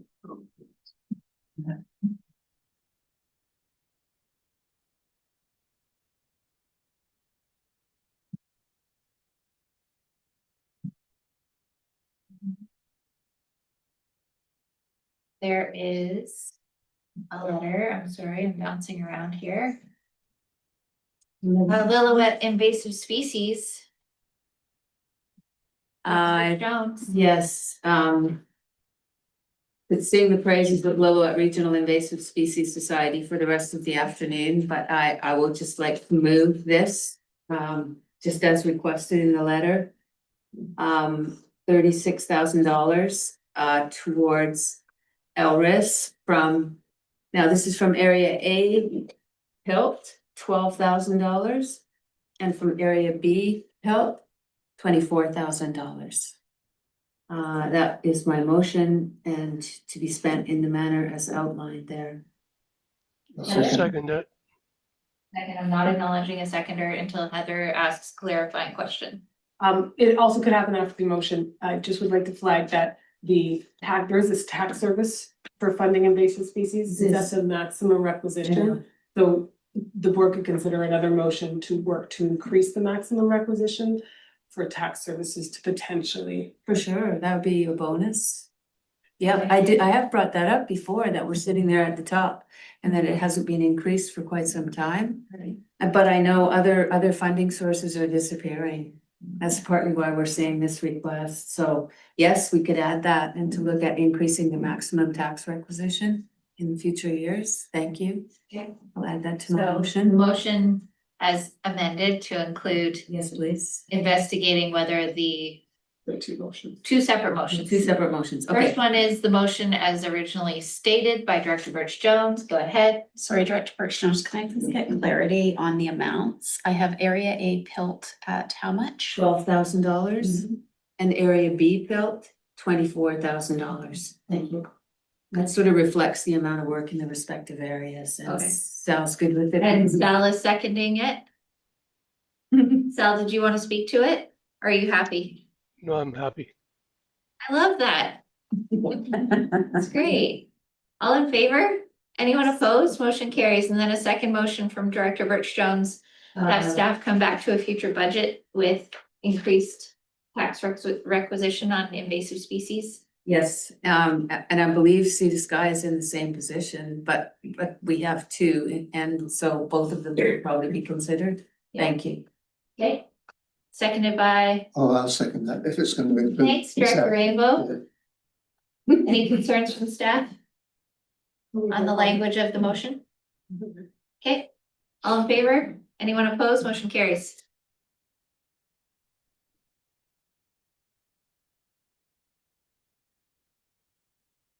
This one? Pardon me? I don't know. I think I would like to defer this one. That's okay. Come to Meadowton. 11.2, a request for funding from the Pemberton Meadows Fire Association. Fine. That We might need to defer that. Okay, Thank you. Thank you so much. For to the April meeting, correct? Thank you. That doesn't require a motion, does it? Uh, No, motion to okay. defer. Okay. 11.3, a request for funding from Neto Communications, regarding fiber infrastructure installation. Director Demare. Yes, staff are gonna look at, if this, funding could come from Community Works funds. Colin? That's seated at our table. Back again, so the Community Works Funds, a few things, this request is for title searches to initiate that infrastructure project, which would not fall under an eligible investment category under the Community Works Fund program. In addition, there have been significant new requirements added for third-party projects that require us to seek approval from UBCM for any third-party project prior to allocating any funding. We also have to provide a list of, I can read it all out, but it's quite long. We'll trust you. Yeah. It's a long list. Essentially, we need to have a resolution showing that the project is a core component of the board's priorities. And that it has not been prioritized over any internal projects. And really what those requirements are is trying to shift the focus of the Community Works Funds to internal infrastructure projects here at the SLRD. And they really are trying to get away from using those Community Works Funds for third-party projects. So it would be quite a lot of staff time to even find out if that project is eligible through Community Works Funds. And I think, perhaps PILT would be a solution for interim time. No, I'm good. So what I'd like to do is move that motion, but amend it to come from SLRD Area A PILT. Go ahead.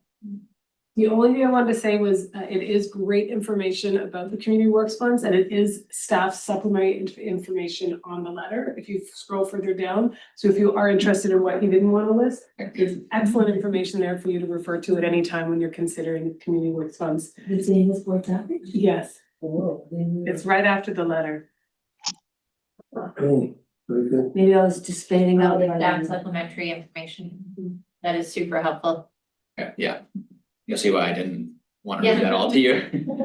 Come on, we've got Thank you. nothing but time. Let's read it. Doesn't vote. Okay, The motion. So the motion as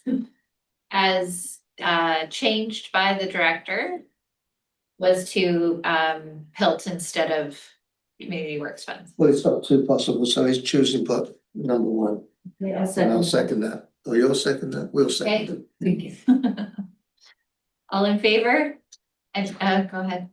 Just a comment, I'd like to just flag this for when the policy committee, I guess, touches the PIL policy is, and that's been brought up with anything, but there's a number of things we dedicate PIL funds to. I've lost track of where we are on that fund, and we had some sense of a report a while ago of what typically comes from that, but just having and we can discuss how to resolve that, but it's a topic point for that discussion.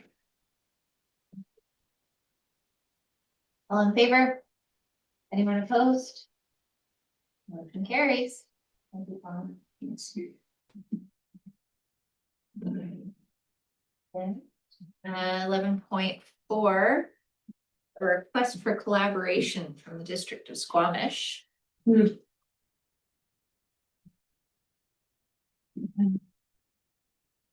I'll move that. Okay, I'll move that the staff, refer it to staff. that we refer this to staff. Okay. it. I'll second it. Thank you. Good. All in favor? Yes. Any opposed? Motion carries. Yes. All right.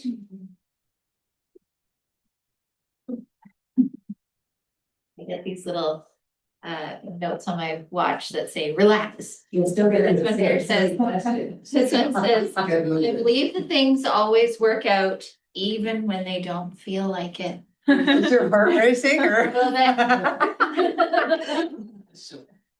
All right, we're moving on to late business. There is none. We were speaking yesterday about that Britannia Beach application. We were gonna have that today. Yes, we were. I think we need a motion to accept the letter. Do you want to tell me what I need to do here? Yeah. To accept the letter that was handed out? Oh, so that the board consider the late business agenda item, this was distributed yesterday amongst the group regarding the Britannia Beach Community Association requesting their funding of $40,000. Right. So we first need to get a motion to approve to add that to the late business item. That will be I'll- 13.1. You'll move it, I'll second it. I'm not acknowledging the seconding until I get a point of clarity. Can I clarify what constitutes late business and why this matter is urgent? There's no timeline associated to the letter presented. I wanted to, it refers back to the conversation we had yesterday about the lease and everything like that.